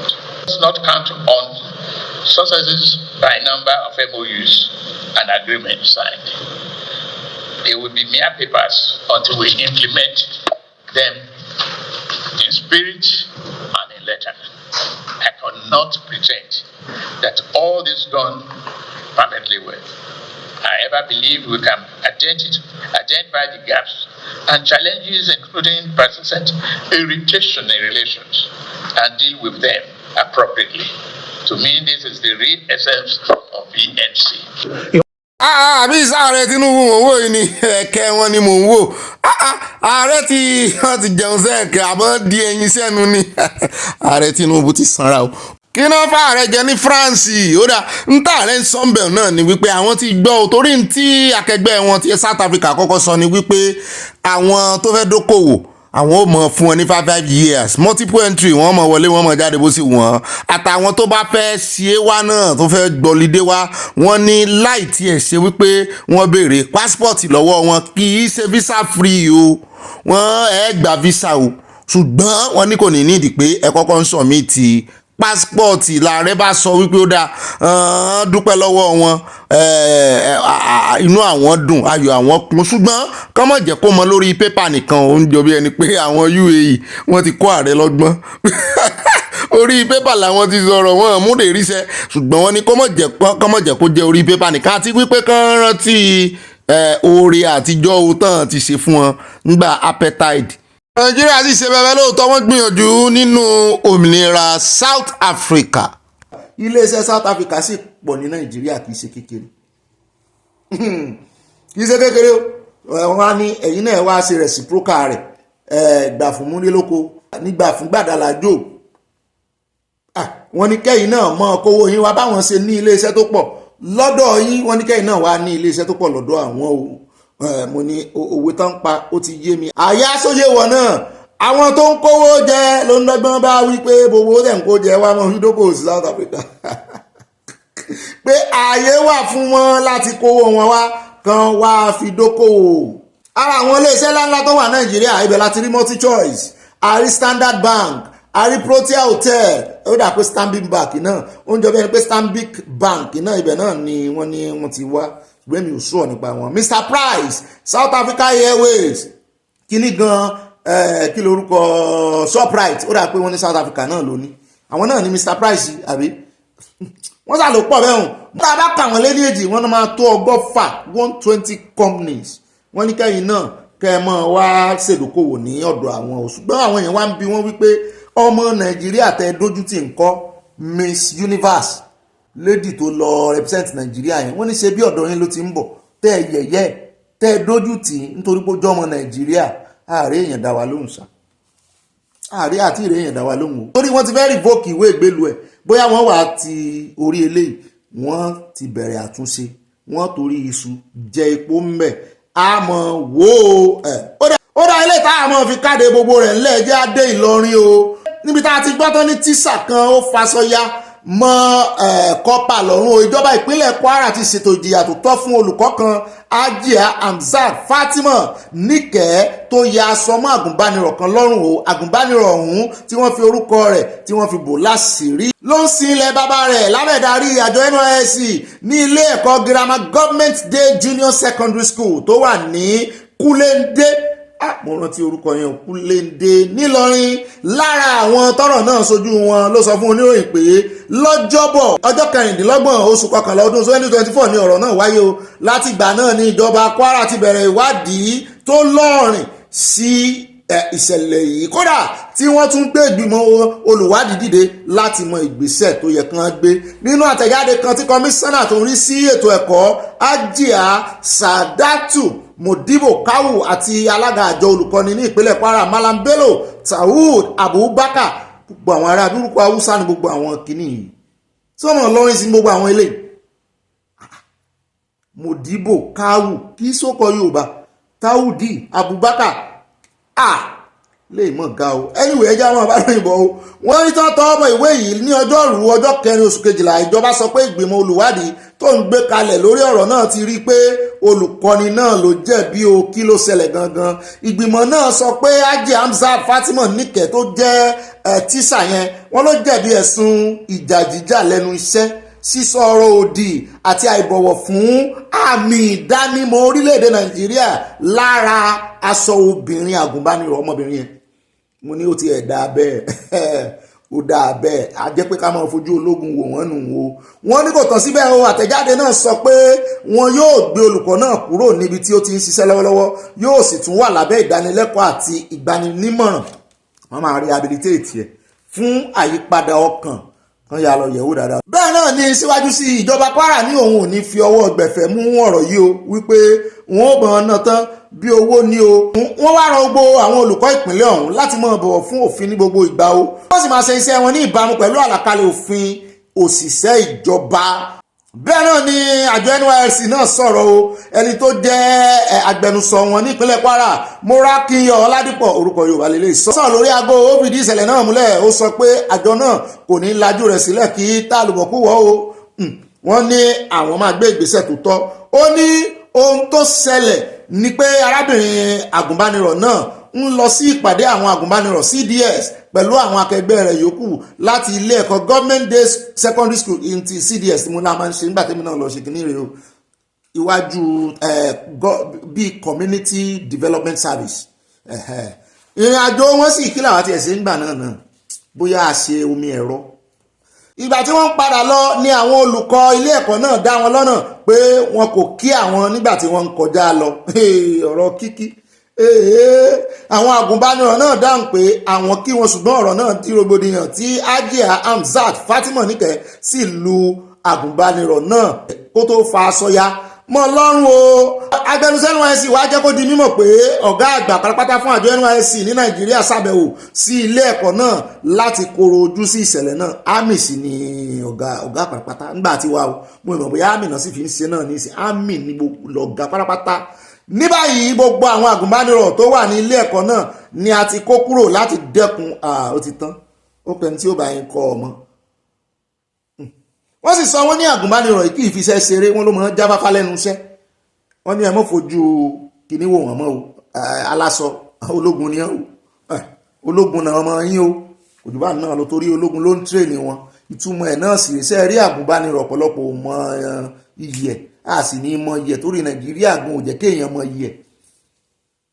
Wọ́n máa ń fẹ́ kí gbogbo àwọn tó bá ti jáde níbí ò nídìí láti lọ higher institution kan tó enroll ẹ, gbogbo yín dandan ó wà obligatory, ó wà compulsory, gbogbo tó especially tó bá ti jáde girama níbí ó lọ sí àgùnbánirọ̀, ó ní training, wọn pè lágùnbánirọ̀ níbí, wà ní military training, wà ní nítorí kó lè tó bá dìgbà ogun kò ní ìdí pé wọ́n lè sáré training yín láàrin oṣù mélòó kan kéèyàn lè fi ní orientation ogun.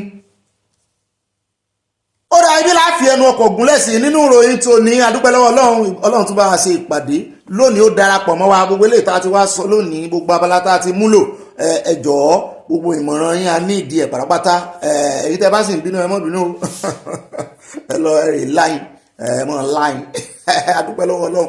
Àsàmẹ́ǹtì wa ẹ mọ́ gbàgbé o, ta ló kọ orin tá a fi wọlé nínú ìròyìn lónìí.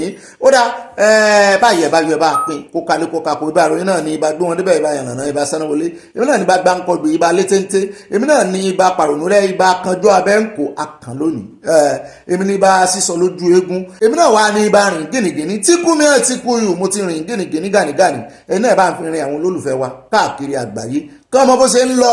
Yorùbá Nation no going back. Ẹja fi pàdé sínú ìròyìn tọ́lá ayọ̀ láfi pàdé, n ò ní gbọ́ bí ṣe ẹni gbọ́ bí ṣe mi náà o, and I love you. God bless you. Next level ní tọ̀tẹ̀ yìí tí Yorùbá Nation Youth pẹ̀lú àjọṣepọ̀ Yorùbá World Media ọmọ yẹn nàná fáyé lórí ọ̀rọ̀ òmìnira ilẹ̀ Yorùbá. Ẹ gbọ́ kí ló yẹ á ṣe, ọ̀nà wo ló yẹ á gbà, àti wípé ìgbésẹ̀ wo gan ló yẹ á gbé ló ràn wá lọ́wọ́ nílẹ̀ Yorùbá lórí ètò ààbò, ètò ọrọ̀ ajé, ọrọ̀ àṣà àtọ̀rọ̀ òmìnira lápapọ̀ fún gbogbo ìran aládé. Ẹ já pàdé lọ́jọ́ àbámẹ́ta ọjọ́ 14 oṣù kejìlá déédéé aago 3 ọ̀sán Yorùbá Nation Style lábẹ́ àkóso bàbá wa Emeritus ọ̀jọ̀gbọ́n Bánjí Akíntóyè àtolóyè Mọ́jàsọ́lá Ìgbòho Òòṣà lórí ìtàkùn ayélujára Zoom pẹ̀lú meeting ID 827-041-30613 passcode sì jẹ́ 567100. Fálàyé síwájú sí ẹ kàn sí www.yorubanationyouth.org. Bákan náà ni ẹ kàn sí Dr. Zabi aka Ayé Ọpẹ́yọ tí wọ́n jẹ́ Yorùbá World Media President, Comrade Ọláolúwa Adéníyì aka Baba Lẹ́kìtì, Home Based Chairman Yorùbá World Media, Comrade Ọláyọmí Kóìkì popularly known as Kóìkì Media, Comrade Olúwakẹ́mi Ìfẹ́olúwa known as Lady K. Bákan náà ni ẹ lè kàn sí àwọn coordinator Yorùbá Nation Youth lágbègbè yín bẹ̀rẹ̀ látòrí Comrade Emmanuel Akalamagbo TV tí wọ́n jẹ́ Spain coordinator, Comrade Kẹ́hìndé Lawal Spain coordinator 2, Comrade Fásọmí Táíwò Kíkọ́lọ́mọ Kuwait coordinator, Comrade Ilésànmí Fọlọ́wọ́ Germany coordinator, Comrade Káyọ̀dé Àjàó Adékọ́lá Greece coordinator, Comrade Ọládèjì Kabir Benin Republic coordinator, Comrade Àṣàkẹ́ Àdé TV Morocco assistance coordinator, Comrade Adébáyọ̀ Òkìkíọlá Emmanuel Italy coordinator, Honourable Taofik Ọlárẹ̀wájú Àjàó Egypt chapter coordinator, Comrade George Ọlátúndé Dáṣọ Ghana coordinator, Comrade Táíwò Ọ̀pẹ́yẹmí Germany coordinator 2, Comrade Adémọ́lá Isaac Ṣóbùkọ́lá South Africa coordinator, Comrade Comfort Délé Maryland coordinator, Comrade Bádéjọ Abíọ́dún Ismail Morocco coordinator, Comrade Abíọ́dún Salau Canada coordinator, Honourable John Abídèmí Akínṣẹ̀tẹ̀ Mauritania coordinator, Comrade Olúfisáyọ̀ Olúyẹmí Ògúnṣèyítán Libya coordinator, Comrade Táíwò Ọládìran Ọládipúpọ̀ Àtà coordinator, Comrade Johnson Ọláọlọ́runpọ̀ Philip Mexico coordinator, Comrade Bọ́lá Adé UK coordinator, Comrade Noah Sanusi USA coordinator. Fún àǹfààní àwọn èèyàn wa nílé kàn sí Comrade Suleiman Akeem Lagos State coordinator, Comrade Digun Ọláníyì JP Ọ̀yọ́ State coordinator, Comrade Badmus Bọ́lájí Abíọ́dún Ogun State coordinator, Comrade Ìbílẹ̀kẹ̀ Olúfẹ́mi Kogi State coordinator, Comrade Imran Abdul Fatai Adeleke Kwara State coordinator, Comrade Adéwálé Abídèmí Saheed Ọ̀ṣun State coordinator, Comrade Aluko Ismaila Ọlárẹ̀wájú Èkìtì State coordinator, Comrade Fẹ́mi Tọ́pẹ́ Bọ́lọ́fìndé Ondo State coordinator. Kí gbogbo ìbéèrè tó ń tàlàyé àti àmọ̀ràn síwájú wọn lọ tààrà sórí ẹ̀rọ ìbánisọ̀rọ̀ Comrade Adéníyì known as Ọmọborí Owó Media tí wọ́n jẹ́ Assistant National Youth Leader in all diaspora àti United Arab Emirates Chapter coordinator lórí +971 503 430 843 àbí Engineer Lamid aka Yagboyaju Technical Director Yorùbá Nation Youth lórí +971 525 261 442. Comrade Oyegun Olúwamáyọ̀wá aka Omeyo Southwest coordinator wọ́n ti jẹ́ Home Based Youth Leader lórí +234 703 717 3355 tàbí Prophet Ayọ̀délé Olúgunlolúwa gan tí wọ́n jẹ́ Yorùbá Nation National Youth Leader in all diaspora lórí +1 803 846 1116. Ó ṣe pàtàkì fún gbogbo wa láti mọ̀ wípé inú ìpàdé àpérò àpapọ̀ tó ń bọ̀ yìí gbogbo wa là ń retí ń bẹ̀ o. Olùkéde Prophet Ayọ̀délé Olúgunlolúwa lórúkọ ọ̀dọ́ Yorùbá pátápátá.